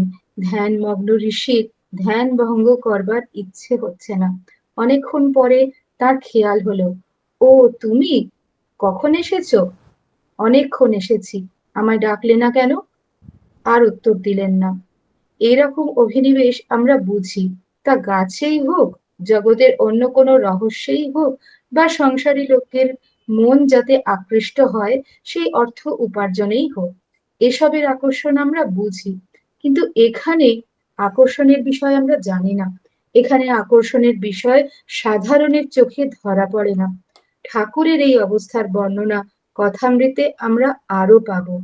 এর নাম অর্ধবাচ্য দশা। মাস্টার মশাই এই অর্ধবাচ্য দশায় ঠাকুরকে দেখলেন, এবং তারপর ঠাকুরের সঙ্গে কথাবার্তা যা হলো তা অতি অল্প। বোধহয় ঠাকুর তখন তার মনকে কথাবার্তা কওয়ার ভূমিতে নামাতে পারছেন না। হ্যাঁ, তো এখানে এই যে এরকম যে মানে মনের যে অভিনিবেশ, হুম, তো আমরা যেটা বলছি যে এখন নতুন একটা হয়েছে যে ফোন, হুম, কোনো একটা কাউকে কোনো কথা বলছেন, সে ফোন নিয়ে ব্যস্ত। আরে আমি একটা কথা বলছি, আমি একটা ইম্পর্টেন্ট কথা বলছি। হ্যাঁ, হ্যাঁ, হ্যাঁ, হ্যাঁ, হ্যাঁ, হ্যাঁ, বলুন, হ্যাঁ বলুন, হ্যাঁ হ্যাঁ মহারাজ, বলুন বলুন বলুন বলছি, কিন্তু সে ফোন নিয়ে ব্যস্ত। সে তখনও নিয়ে ব্যস্ত, মানে এতটাই নিমগ্ন যে আমি যেটা বলছি সে আধা শুনছে, আধা বলছে হ্যাঁ হ্যাঁ হ্যাঁ ওটা হয়ে যাবে, হ্যাঁ ওটা হয়ে যাবে। আরে কি হয়ে যাবে? তো ওই যে বলছি যে তোমার সঙ্গে কথা বলে আমাদের সুখ হয় না। তোমার মন যে কোন দিকে থাকে, হ্যাঁ আমরা কথা বলি আর তুমি কোন দিকে চেয়ে থাকো, এটা একটা অদ্ভুত ব্যাপার। মানে এটা এটা একটা কথা বলেছেন যে মানে ভগবত ভক্তি যে সে মনটা রয়েছে, যে এখন এখন যেটা আমরা ইদানিং দেখছি, সেই কথা হচ্ছে দুজন বন্ধু কথা বলে যে যার মতো ফোন নিয়ে ব্যস্ত, কি দেখছে কি করে যাচ্ছে। হ্যাঁ, তো কতক্ষণ পর কথা দেখছি ধূপ, ভালো লাগছে না, চলে গেল। কি হলো? না, আরে কার সাথে কথা বলবো, সে তো ফোন নিয়েই ব্যস্ত, কোনো কথাই শোনে না, কথাই করে না। হ্যাঁ, এখন আগে সব গল্প টল্প সব করতো আমাদের, মানে সব এখন সবাই ফোন নিয়ে ব্যস্ত, কারোর সঙ্গে গল্প করার সময় নেই। হ্যাঁ, আর অত আড্ডা দেওয়ারও সময় নেই। ওই জন্য বলছি যে কথা বলে সুখ নেই, কেন সুখ হবে? সে তো বন্ধুর সাথে কথা বলছে না, তার মনটা 60% ব্যস্ত হচ্ছে ফোন নিয়ে। বন্ধুর সঙ্গে হ্যাঁ হ্যাঁ আচ্ছা আচ্ছা হ্যাঁ হ্যাঁ। তো ওরকম করে কথা বললে কারো সুখ হয়? তো সেরকমই মানে আমাদেরও যারা ভগবত পথে যারা এসেছে, তারা যদি এরকম মোবাইলের মতোটা বলছি না, ওটা তো নেগেটিভ এটাতে গেল, কিন্তু যারা ভক্ত বা যারা সাধক বা তারা যদি এরকম মনের একটা 2/3 পোর্শন, 70% বা 75% যদি মানে ভগবানের ওপরে রাখতে পারতো, তাহলে হুম, তাদের আর কেউ বিরক্ত করতো না, তারা গল্প করতে এসে না না না এর সাথে গল্প করে লাভ নেই, এ সব সময় ভাবস্থ থাকে। আমরা অনেক সময় কথা কথা বলি, আরে ও বাবা, ও তো পরমহংস, ওকে ডিস্টার্ব করো না। হম মানে ওর জগৎটা আলাদা। হ্যাঁ, ও যেরকম মানে জাগতিক কথাবার্তা, জাগতিকের মধ্যে সে থাকে না। সে তার একটু মনটা অনেক উঠে গেছে, ওই জন্য ওটা মানে পরমাংস কথাটা এখন একটা হাতে একটু লেভেলে আর কি অন্য মিনিং এও মানে ব্যবহার হয়। তো যে সাধারণের মধ্যে না, সে একটু অসাধারণ, তার এই অসাধারণত্ব বোঝাতে বলা হয় পরমাংশ। তো এরকম আরেকটা ঘটনা মনে পড়ে যাচ্ছে, আমাদের একজন মহারাজ বলছিলেন যে মহারাজ এখনো আছেন, আমাদের বেলুর মঠেই আছেন। তো ওই মহারাজ এত মানে তার মন এত একাগ্র, আমরা ট্রেনিং সেন্টারে একসাথে ছিলেন, আমার থেকে অনেক সিনিয়র। তো মহারাজ গল্প করছিলাম, আমরা একসঙ্গে ছিলাম। তো খাওয়ার পরে এসে একটু খাওয়ার পরে একটু আড্ডা হয়, দুপুর বেলাতে হয়, একটু রাতের বেলা খেয়ে এসেই তো সবাই ঘরে ঢুকে যায় না, একটু খাওয়ার পরে একটু সময় রিল্যাক্স মোড, গল্প গল্প করে একটু আড্ডা হয়।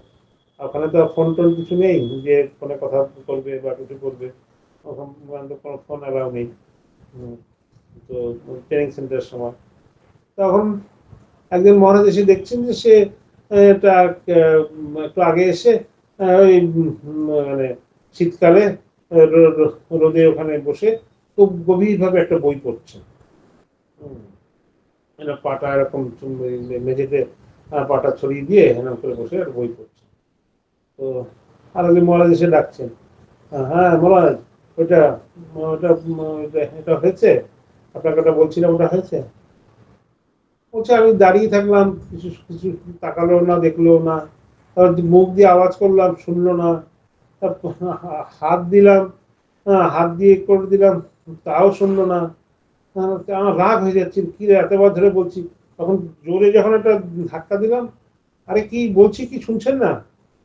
হ্যাঁ হ্যাঁ হ্যাঁ, ও আচ্ছা, ও সরি সরি সরি, জোরে ধাক্কা দেওয়ার পরে তখন তিনি মানে বলছেন, তখন এই যিনি ধাক্কা দিচ্ছেন উনি বলছেন যে আমি বুঝলাম যে মনের একাগ্রতা কাকে বলে। ওই জন্যই ওই মহারাজ এত মানে পণ্ডিত এবং তার মানে খুব মানে হাইলি কোয়ালিফাইড উনি। হুম, তো বলছেন যে কেন উনি এত বেশি পণ্ডিত বা এত বেশি শিক্ষিত, আমি বুঝলাম যে যেটা উনি পড়ছেন সেটাতে একেবারে নিবিষ্ট মানে পড়ছেন। আমি যে পাশে এলাম, দাঁড়ালাম, কথা বললাম, ইভেন হাত দিয়ে মানে প্রথমে হাত দিয়ে এরকম করছে তাও শুনে, জোরে যখন ধাক্কা দিল তখন তার হুঁশ হলো। মানে এতটাই সে ডুবে গেলেন, মানে সেই কনটেক্সটের মধ্যে এতটাই ডুবে গেছেন তার শরীর মন নিয়ে, যে তার আর পারিপার্শ্বিক কথা তারা কোনো মানে যত জ্ঞান নেই। আর শরীরের টান মানে স্পর্শ তার কাছে করতে পারছে না। যখন ধাক্কা দিল তখন তার হুঁশ ফিরল। তো এরকম মানে এখনো আছে, এরকম একাগ্রতা আছে। এবং এটা এইরকম মন দিয়ে যদি যেভাবে করা যায়, যদি পড়া অপরা বিদ্যা দুটোতেই সাফল্য পাওয়া যায়। হম, ওনারা জাগতিক বিদ্যাতেও সাফল্য লাভ করছেন, এবং যদি আধ্যাত্মিক মানে পথে যদি সাধন ভজনের পথে যদি কিন্তু দেওয়া যায়, তো খুব অল্প সময়ের মধ্যেই এই আমাদের যে সমাধি অবস্থা বা যে ভাবরাত যে এগিয়ে যাওয়া, হ্যাঁ, ঠাকুরের ভগবানের দিকে আহ, বেশি মানে হতে পারবে, বেশি তার উন্নতি হবে। এরকম মানে মনের একাগ্রতা দরকার। তারপরে বলছেন,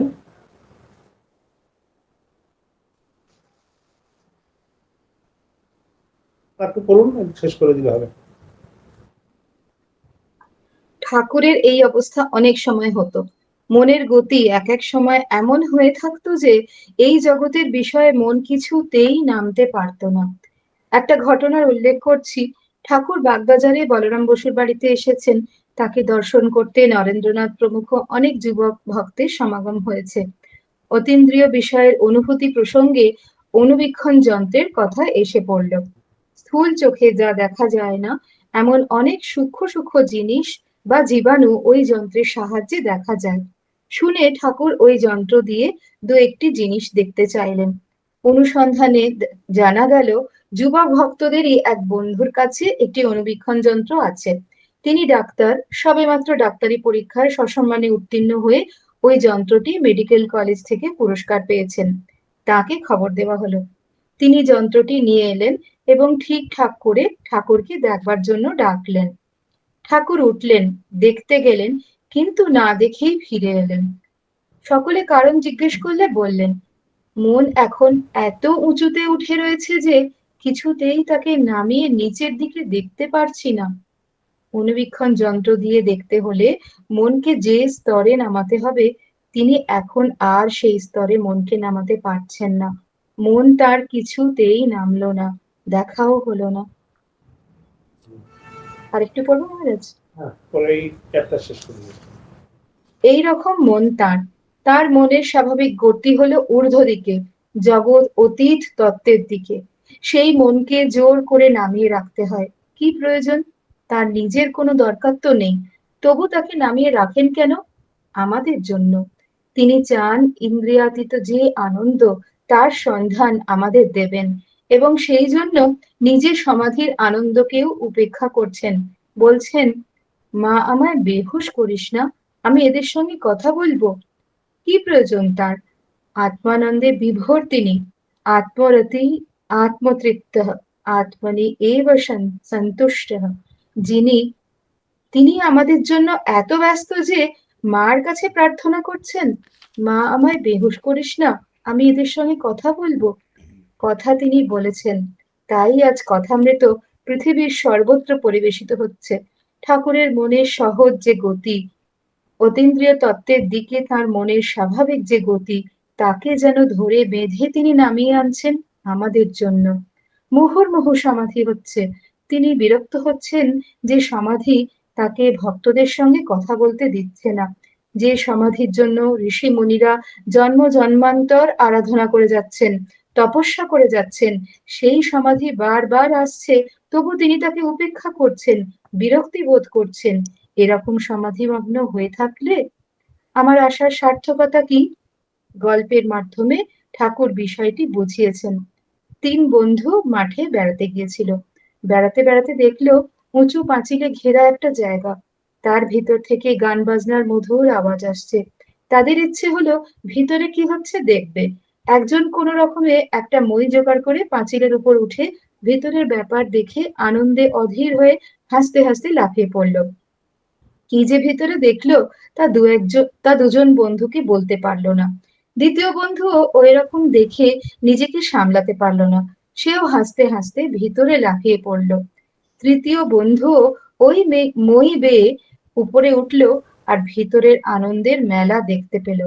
দেখে প্রথমে তার খুব ইচ্ছে হলো সেও ওই আনন্দে যোগ দেয়, কিন্তু পরেই ভাবলো, আমি যদি ওতে যোগ দিই তাহলে বাইরের 10 জনে তো জানতেই পারবে না এখানে এমন আনন্দের জায়গা আছে।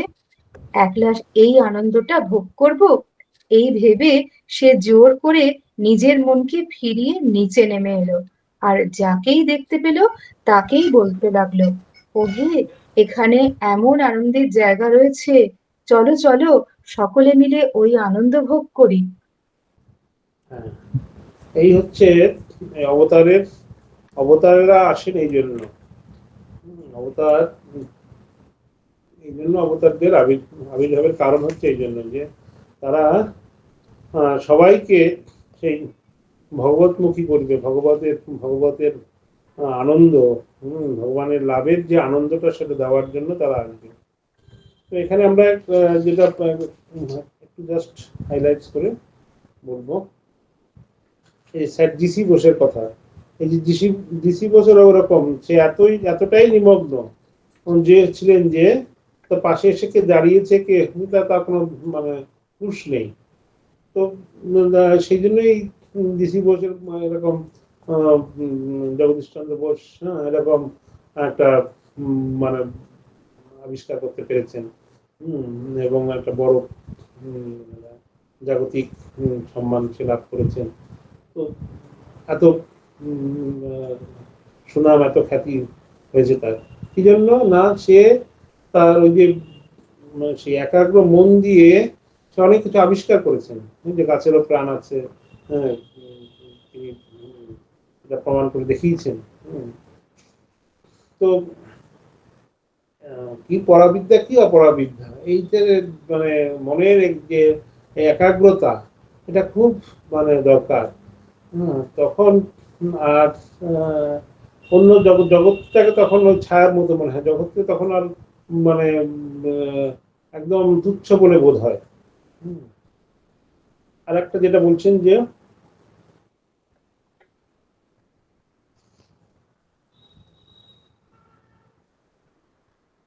মানে অণুবীক্ষণ যন্ত্র, যেটা মাইক্রোস্কোপ যেটা বলে, ওটাতে যে সূক্ষ্ম জিনিস দেখার জন্য যে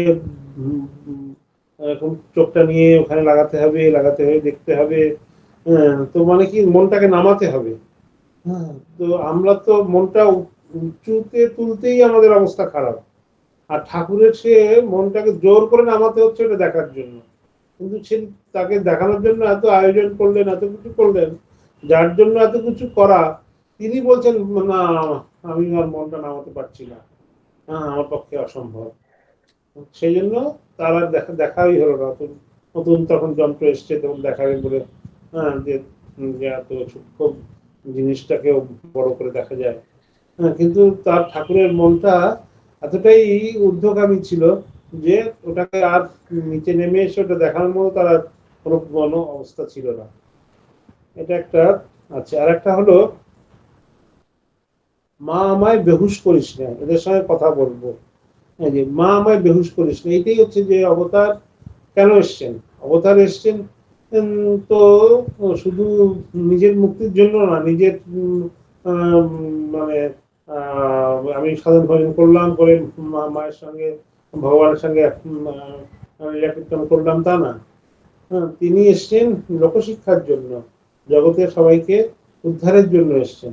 সেই জন্য বলছেন যে যখন তার এরকম অবস্থা হচ্ছে, সমাধি অবস্থা হচ্ছে, তখন তিনি যে মাকে বলছে, মা বেহুশ করিস নে, তাহলে এই যে এত সব এসছে এরা মানে বঞ্চিত হবে, তাদেরকে ডিপ্রাইভ করা হবে, তাদেরকে মানে তাদের সঙ্গে ঠিক মতো কথা বলতে পারবো না। সেই জন্য মাকে প্রার্থনা করছেন, আমাকে বেহুশ করিস না, মানে আমাকে সমাধিস্থ করিস না। কি অদ্ভুত!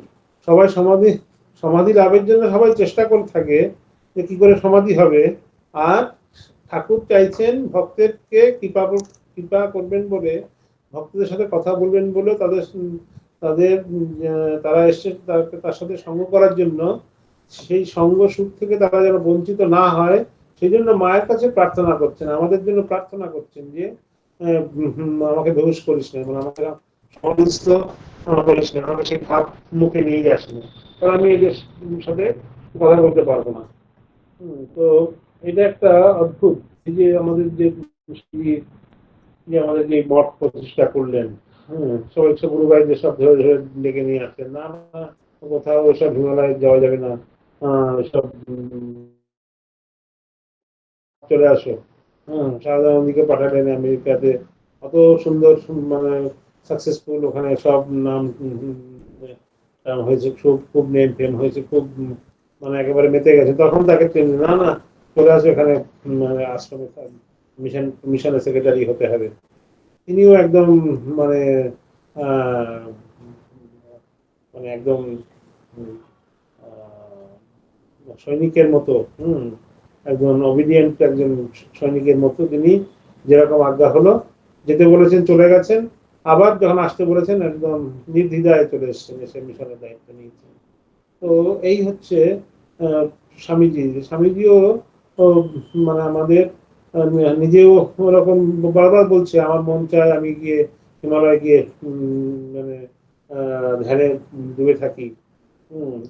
ঠাকুর থাকাকালীনই বলেছেন যে মাঝে মাঝে একটু একটু শরীর ধারণের জন্য একটু খাবো, আর সবসময় সমাধিতে মানে মানে ভূত হয়ে থাকবো, সমাধিস্থ হয়ে থাকবো। তখন ঠাকুর বলছেন, ঠিক তুই এটা তুই এই অবস্থা, তুই কোথায় বট গাছের মতো হবি, সংসারের তাপে দুঃখে কষ্ট পাওয়া লোকজন আসবে তোর নিচে এসে তাদের পড়ান জুড়াবে, তুই তা না, তুই নিজের এরকম সবসময় সমাধিস্থ হয়ে থাকবি, না না এটা ঠিক না। তো এই যে ঠাকুর কিন্তু তাকে মানে নিষেধ করেছেন যে লোকশিক্ষার জন্য সবাইকে সবাইকে দেখার জন্য কিন্তু ঠাকুর তাকে উৎসাহিত করেছেন। আবার স্বামীজিও তেমনি সবাইকে, তার গুরু ভাইদের এবং অন্যান্য পরে যারা তার শিষ্যদের সবাইকে বলছেন যে না, তোমরা এই শহরের মধ্যে এই যে আমাদের পাশে রাস্তাতে মানে বিছানায় শুয়ে থাকবে এমন হয় যেন মানে দুলুনি হয়, মানে এতটাই ভাইব্রেশন হয় এখানে, বাম্পার রয়েছে, গাড়ি গেলে এরকম হয়, এত বড় বিল্ডিং কেঁপে ওঠে। তো এই যে এই শহরের এই বাস গাড়ি যে মানে কোলাহলপূর্ণ যে পরিবেশ, এইখানে থেকে বলছে সাধন ভজন করো, এখানে থেকে ঠাকুরের কাজকর্ম করো, জ্ঞান ভক্তি কর্ম এইসব যে চারটে যোগের সমন্বয় করে সাধন ভজন করো। তা উনি ধরে নিয়ে এলেন যে না, মানে দেশের কাজ করতে হবে, দশের কাজ করতে হবে, জনগণের কাজ করতে হবে, শুধু তোমার নিজের মুক্তির জন্য এটা তো মানে স্বার্থপরের মতো হয়ে গেল। তো তাকে সবাইকে টেনে উনি নামালেন, নিয়ে নেমে কলকাতার বুকে উনি মঠ প্রতিষ্ঠা করলেন। ঠাকুর বললেন মাকে যে আমি আর কি করেছি, কলকাতার লোক পোকার মতো কিলবিল করছেন, তোমাকে আমার থেকে আরো বেশি করতে হবে, আরো বেশি করতে হবে, ঢের করতে হবে। মা বলছেন না, আমি মেয়ে মানুষ, আমি কি পারবো? হ্যাঁ হ্যাঁ, কেন পারবে না, আমি যা করেছি তার থেকে তোমার বেশি করতে হবে। দেখো মা কত বছর, ঠাকুর চলে যাওয়ার পরে কত বছর মা ধারণ করেছিলেন, কত লোককে কৃপা করেছেন, কত লোককে করেছেন, তাদের মুক্তি দিয়েছেন। তো এই জন্য অবতার পুরুষরা, অবতার সঙ্গিনীরা হ্যাঁ, আমাদের স্বামীজি এরা সব আসেন, উদ্ধার করেছেন। ওই যে উদাহরণ দিলেন যে ওই টোপকে সবাই তো দূর পিছনে কি হয়েছে না হয়েছে, আমি তো যাই, আমি তো আগে মানে আনন্দ উপভোগ করি, ও সব লাভ দিয়ে চলে যাচ্ছে, সব ওপর চলে যাচ্ছে। কিন্তু 3 নম্বর তিনি বলছেন, তিনি হচ্ছেন অবতার, তিনি বলছেন না, শুধু একা গিয়ে আমি আনন্দ ভর্তি করবো, সুন্দর আনন্দ উপভোগ করবো তা না, আমি সেটা যে পাশে যে আনন্দের যে জায়গা আছে, এখানে গেলে যে আনন্দ পাওয়া যাবে, সেইটা আমি সবাইকে জানিয়ে যাব, সবাইকে দেখিয়ে যাব, বুঝিয়ে যাব। ওই জন্য উনি বারবার করে আমি কথামৃত বর্ষণ করছেন।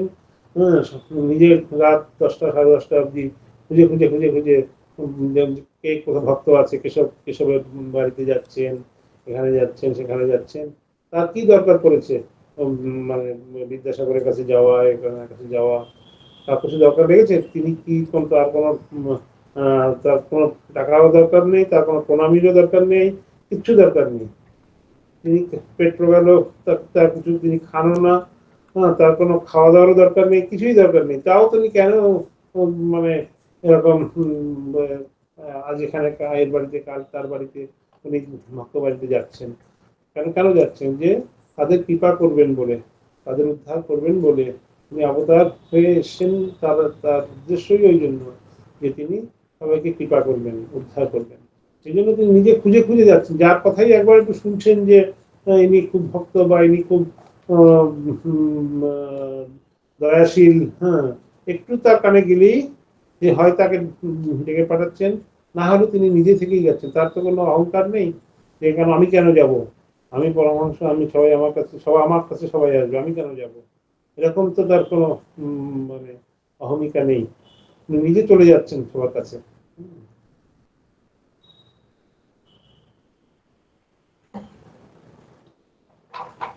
ঠিক আছে, আজকে তাহলে এই অবধি হোক, এখানে শেষ করি। একটা গান হবে আবার।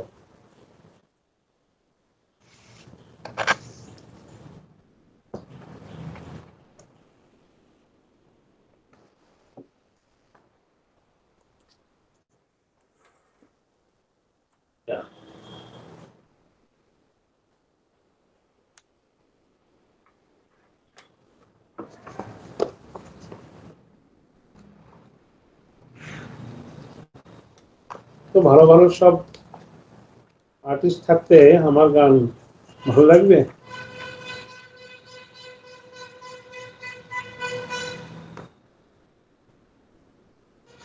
একটা গান আছে,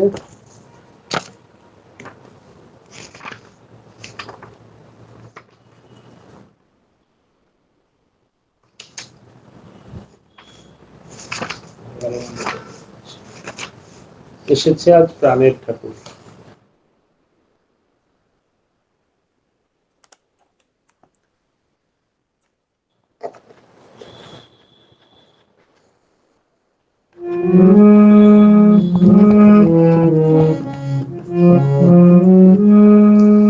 এসেছে আজ প্রাণের ঠাকুর, এসেছে আজ প্রাণের ঠাকুর, দেখবি যদি আয় চলে। এসেছে আজ প্রাণের ঠাকুর, দেখবি যদি আয় চলে।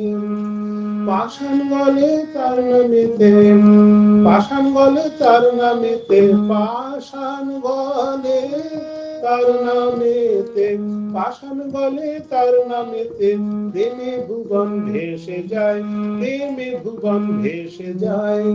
এসেছে আজ প্রাণের ঠাকুর, দেখবি যদি চলে আয়।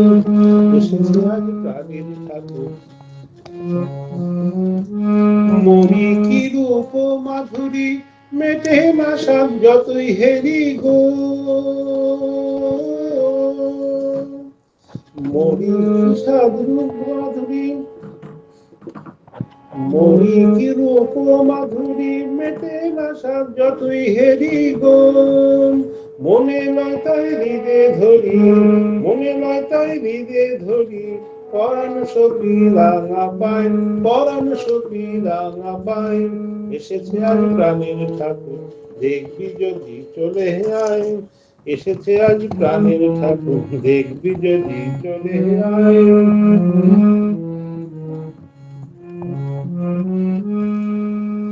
সদাই যেন আপন হারা মানামেতে মাথোয়ারা গো, সদাই যেন আপন হারা মানামেতে মাথোয়ারা রে।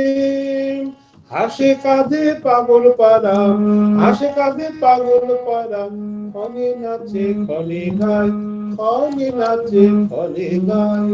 এসেছে আজ প্রাণের ঠাকুর, দেখবি যদি চলে আয়।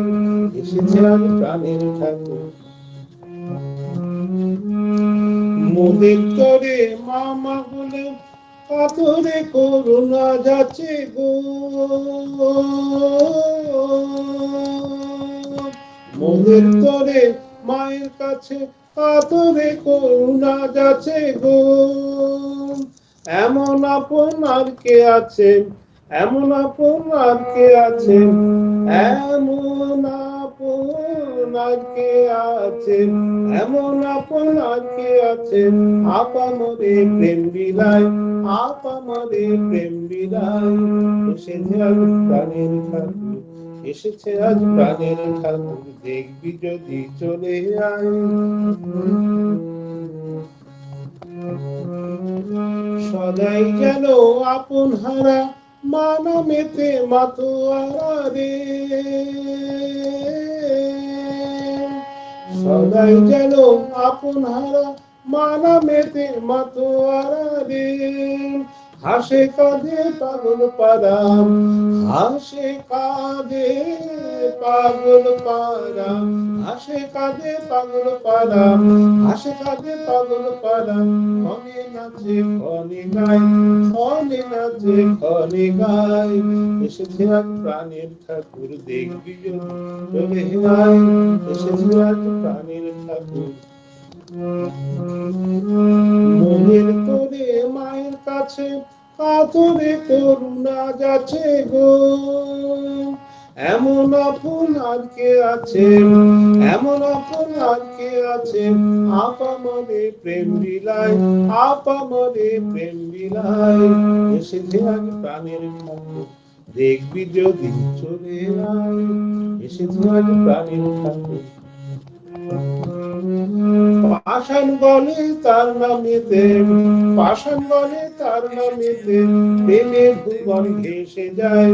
পাষাণ গলে তার নামেতে, পাষাণ গলে তার নামেতে, পাষাণ গলে তার নামেতে, পাষাণ গলে তার নামেতে, প্রেমের ভুবন ভেসে যায়, প্রেমের ভুবন ভেসে যায়। এসেছে আজ প্রাণের ঠাকুর, দেখবি যদি চলে আয়। এসেছে আজ প্রাণের ঠাকুর, দেখবি যদি চলে আয়। এসেছে আজ প্রাণের ঠাকুর, দেখবি যদি চলে আয়। খুব সুন্দর গান, থ্যাংক ইউ। আজকে তাহলে এই অবধি। কারো কোনো প্রশ্ন আছে? টাইম হয়ে গেছে। Any question? না, আপনি এত ডিটেলে বলেন যে আর কোশ্চেন থাকে না। আমার একটা ছোট প্রশ্ন ছিল মহারাজ। হ্যাঁ বলুন। ওই যে মন তো আমাদের নিচেই থেকে যাচ্ছে মহারাজ, উপরে তো আর উঠছে না। হ্যাঁ এই সবারই, ব্যাপারে এটা আপনার কথা না, সবার দিকে, তো সবার জন্য। আমাদের দৈনন্দিন জীবনে আমাদের কি ধরনের মানে আর কি করলে আমরা আরেকটু উন্নতি করতে পারি? বলতে পারি যদি আপনি করবেন তো। মানে উন্নতি করতে গেলে আর কি হ্যাঁ, করতে হবে? না এটা শুধু জানার জন্য জানা না তো। না, করাটাই চাই, কিন্তু পেরে উঠি না বলেই আরো জানার ইচ্ছে, যে পারবো কেমন করে। জানা আর পারার মধ্যে তো অনেক পার্থক্য। না ওইটা একটা কথা আছে। আমাকে অনেক জায়গায় এরকম ওই মায়ের কথা বলতে পড়ে। আমার হচ্ছে মায়ের কথা বলতে ভালো লাগে, শুনতে ভালো লাগে, পড়তে ভালো লাগে না। মা যা বলে গেছেন সেগুলো মা এই করেছেন, মহারাজ কি সুন্দর বললেন, মহারাজ কি সুন্দর বললেন, কি বললেন, মহারাজ কি সুন্দর বললেন, কি বললেন তারা বলতে পারছে না। তারপরে মহারাজের বলে খুব ভালো লেগেছে, আর আমার খুব শুনতে খুব ভালো লেগেছে। কিন্তু মহারাজ যা বলে গেছেন, যেটা মা কথা যেটা বলে গেছে, করতে বলে গেছে, সেটা কিন্তু আমরা করতে চাই না। মা যে আমাদের যে বলছেন যে সবাইকে হ্যাঁ আপন মনে করে নিতে, হ্যাঁ মায়ের যে আমি বলছি, আমি তখন বলি যে আচ্ছা অত সব কিছু দরকার নেই, অত মা তো কত কিছু বলে গেছেন, ঠাকুর কত, মায়ের একটা কি কথা আমরা মানে মেনে চলতে পারি না আমাদের জীবনে? একটা কথা, যে কোনো একটা কথা, যে হ্যাঁ আমি এইটা আমি একদম হোল হার্টেডলি, মানে একদম মানে আমি মনে প্রাণে মায়ের এই কথাটা আমি মানে পালন করব। আমার 10টা কথা জানার দরকার নেই, 10টা শোনারও দরকার নেই, করারও দরকার নেই, আমি একটা করব। ওই একটা যদি আমি ঠিক করে, মায়ের একটা কথা যদি আমি ঠিক করতে পারি, যে মা যে বলছেন যে কারো দোষ দেখো না, এটা যদি আমি মানে একদম মানে 100% করতে পারি, বা 100 নাও পারি, 90% যদি করতে পারি, বা অ্যাটলিস্ট মানে প্র্যাকটিস করতে পারি, তাহলে কিন্তু আমাদের এই মায়ের নাম শোনা সার্থক হবে। কিন্তু আমরা কি করি, সবাই সবাই আর কি, ম্যাক্সিমাম, সবাই না, ম্যাক্সিমামই কি আমরা শুনি, শুনে মানে সেই বলছে যে সাথে নিয়ে আসতে হবে না, ওখানেই দিয়ে রেখে আসতে হবে, হ্যাঁ এরকম একটা আছে। আর একটা হলো শুনবো করবো কিন্তু নিজে আমরা পালন করবো না, এরকম একটা আছে। তা আপনার যেটা প্রশ্ন, যেটা সেটা এটা হলো কমন প্রশ্ন সবার কাছে, আমাদেরও প্রশ্ন, সবার প্রশ্ন ওটা। কিন্তু শুধু এটা জানলে হবে না, যে আমি যদি জানলাম কি করে মনটাকে উপরে তুলবো, এটা শুধু জানার জন্য জানা না, মানে জানার জন্য শোনা না, এটা করার জন্য শোনা। তা সেটা কি করতে হবে, কি করতে হবে আমাদের, যে মনটাকে উঁচুতে তুলতে গেলে কি করতে হবে আমাদের? আমাদের এই যে জগৎকে, ওই যে বলছে জগৎকে ছায়ার মতো দেখতে হবে, জগৎকে ছায়ার মতো দেখতে হবে, মানে জগৎ আছে কিন্তু মানে জগৎটাই যে সব তা না। এই বলছে না ব্রহ্ম সত্য জগৎ মিথ্যা, হ্যাঁ জগৎ আমরা মানে মিথ্যা টা মানে বুঝতে না পারলেও জগৎটাকে আমরা আঁকড়ে ধরবো না। ব্রহ্ম আছে ঠিক আছে, জগৎও আছে, এটা যদি কমসে কম করতে পারি।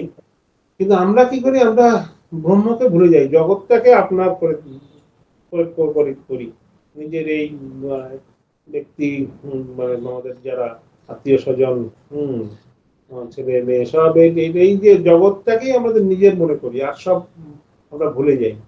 ওইটাকে আমাদের একটু মানে চিন্তা করতে হবে। ঠাকুরের যে কথা, যে বড় লোকের বাড়ির দাসী মনে থাকতে হবে, আমাকে সবার কাজ, সবার মায়ের কাজ করতে হবে, স্ত্রীর কাজ করতে হবে, আমাকে সবার দায়িত্ব পালন করতে হবে। একজন মহিলার কত রকমের দায়িত্ব থাকে, সেই সব দায়িত্ব আমাকে সুষ্ঠুভাবে করতে হবে। কিন্তু মনে রাখতে হবে যে এটা আমার দায়িত্ব জ্ঞানে আমি করছি। আসল যে মালিক তিনি হচ্ছেন ভগবান, তিনি এদের দেখবেন, তিনি এদের রক্ষা করতে, তিনি, আমি না থাকলে মানে জগৎ অচল হয়ে যাবে এরকম না, আমি না থাকলেও এদের একটা গতি হবে, আমার অ্যাবসেন্সে গতি হবে। কিন্তু আমাকে কেয়ারটেকার হিসেবে ঠাকুর রেখেছেন, আমি সেই মতো করে করছি। কিন্তু এদের মেইন, এদের বা আমার সবার, আমাদের পালনকর্তা, আমাদের রক্ষাকর্তা হচ্ছেন ভগবান, তিনি আমাদের রক্ষা করবেন। আমি তো নিমিত্ত মাত্র, আমি না থাকলে দেখবে কে কি হবে এরকম না, বা আমাকেই কে দেখে। আমরা হচ্ছে, তিনি আমাদের দেখছেন, তিনি আমাদের রক্ষা করবেন। আর বলছেন সবসময় সাধু সঙ্গ করতে হবে, সৎ চিন্তা, সৎগ্রন্থ পাঠ আর সৎ সঙ্গ করতে হবে, তাহলেই মনটা উপরে থাকবে। মনে যখনই কোনো কথা, কোনো বিষয় আসবে না, এটা তো মানে আমি নেগেটিভ ভাবে, তো একটা নেগেটিভ কোনো কথা বললো, পরনিন্দা, পরচর্চা, বা কোনো কিছু কোনো নেগেটিভ, ঠাকুর বা স্বামীজি সবসময় পজিটিভ কথা বলতেন, কোন রকম নেগেটিভ কথা বলতেন না, শুনতেন না। কেউ বললেও সেটা শুনবো না, আমরা সেই জায়গায় আমরা এড়িয়ে যাব। তো এই করে করে আমাদের মনটাকে মানে বশ করতে হবে, মনটাকে ট্রেন্ড করতে হবে, তখন কিন্তু মন আর নিচে নামবে না। এই ঠাকুর বলছেন না, ঠাকুরের মনটা এতটাই উপরে উঠে গেছে, ঠাকুরের মন এতটাই ট্রেন্ড, এতটাই ভগবতমুখী যে ট্রেনে নিলেও সে নামছে না, না আমি পারছি না, আমি পারবো না, আজকে আর দেখা হবে না, অনুবীক্ষণ যন্ত্র দেখা হবে না, তার দেখা হলো না, কারণ সে মনটাকে নামাতে পারলেন না। আমাদেরকে তো আমাদের চেষ্টা করে মনটাকে উপরে তুলতে হবে, এই জাগতিক সব এই খাওয়া দাওয়া এই সব ভোগের বস্তু থেকে মনটাকে সরিয়ে নিতে হবে, মনটাকে একটু ডিটাচড রাখতে হবে। ঘর বাড়ি আত্মীয় স্বজন বন্ধু বান্ধব এদের দায়িত্ব পালন করতে হবে, সবকিছু করতে হবে, কিন্তু মনটাকে ডিটাচ করতে হবে। কারো শরীর খারাপ হলো, কারো মানে খুব শরীর খারাপ, শরীর খারাপের জন্য যা যা করণীয় আমি করব, চিকিৎসা করবো, সেবা শুশ্রূষা করবো, সবকিছু করবো, তার জন্য প্রার্থনা করবো, কিন্তু মনটা আমি ঠাকুরকে রাখবো, ঠাকুরের কাছে রাখবো। ঠাকুর তুমি, আমি যতটা পেরেছি করেছি, তুমি ওর ব্যবস্থা রাখো, তুমি ওর ভালো ভালো করো, তুমি তো ওর মানে রক্ষাকর্তা ও পালনকর্তা, তুমি আমারও পালনকর্তা, তুমি ওরও পালনকর্তা, তুমি, সেই জন্য তুমিই ওকে রক্ষা করো, আমার যতটুকু সম্ভব আমি করেছি, বাকিটা তোমার হাতে, তুমি দেখবে, তুমি করবে।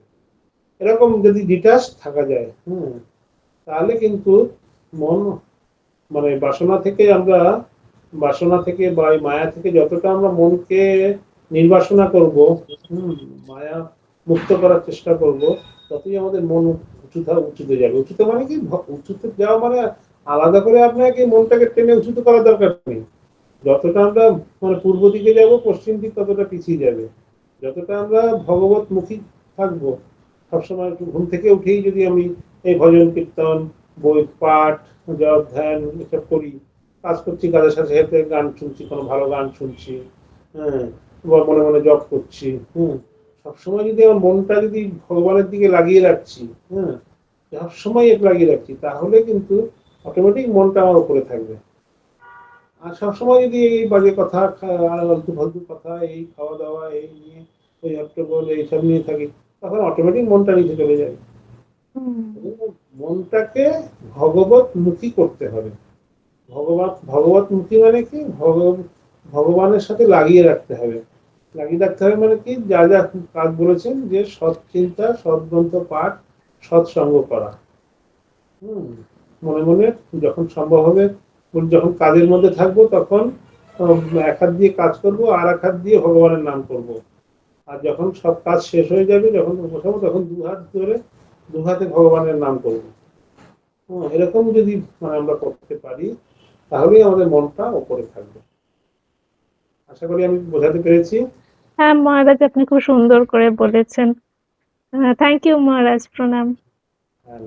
থ্যাংক ইউ, নমস্কার। ওম শান্তি শান্তি শান্তি, হরি ওম তৎসৎ। শ্রীরামকৃষ্ণার্পণমস্তু। সবাই ভালো থাকবেন। সোমবার হবে তো আমাদের পরের এই লীলা প্রসঙ্গ, সোমবার যেমন হয় হবে তো?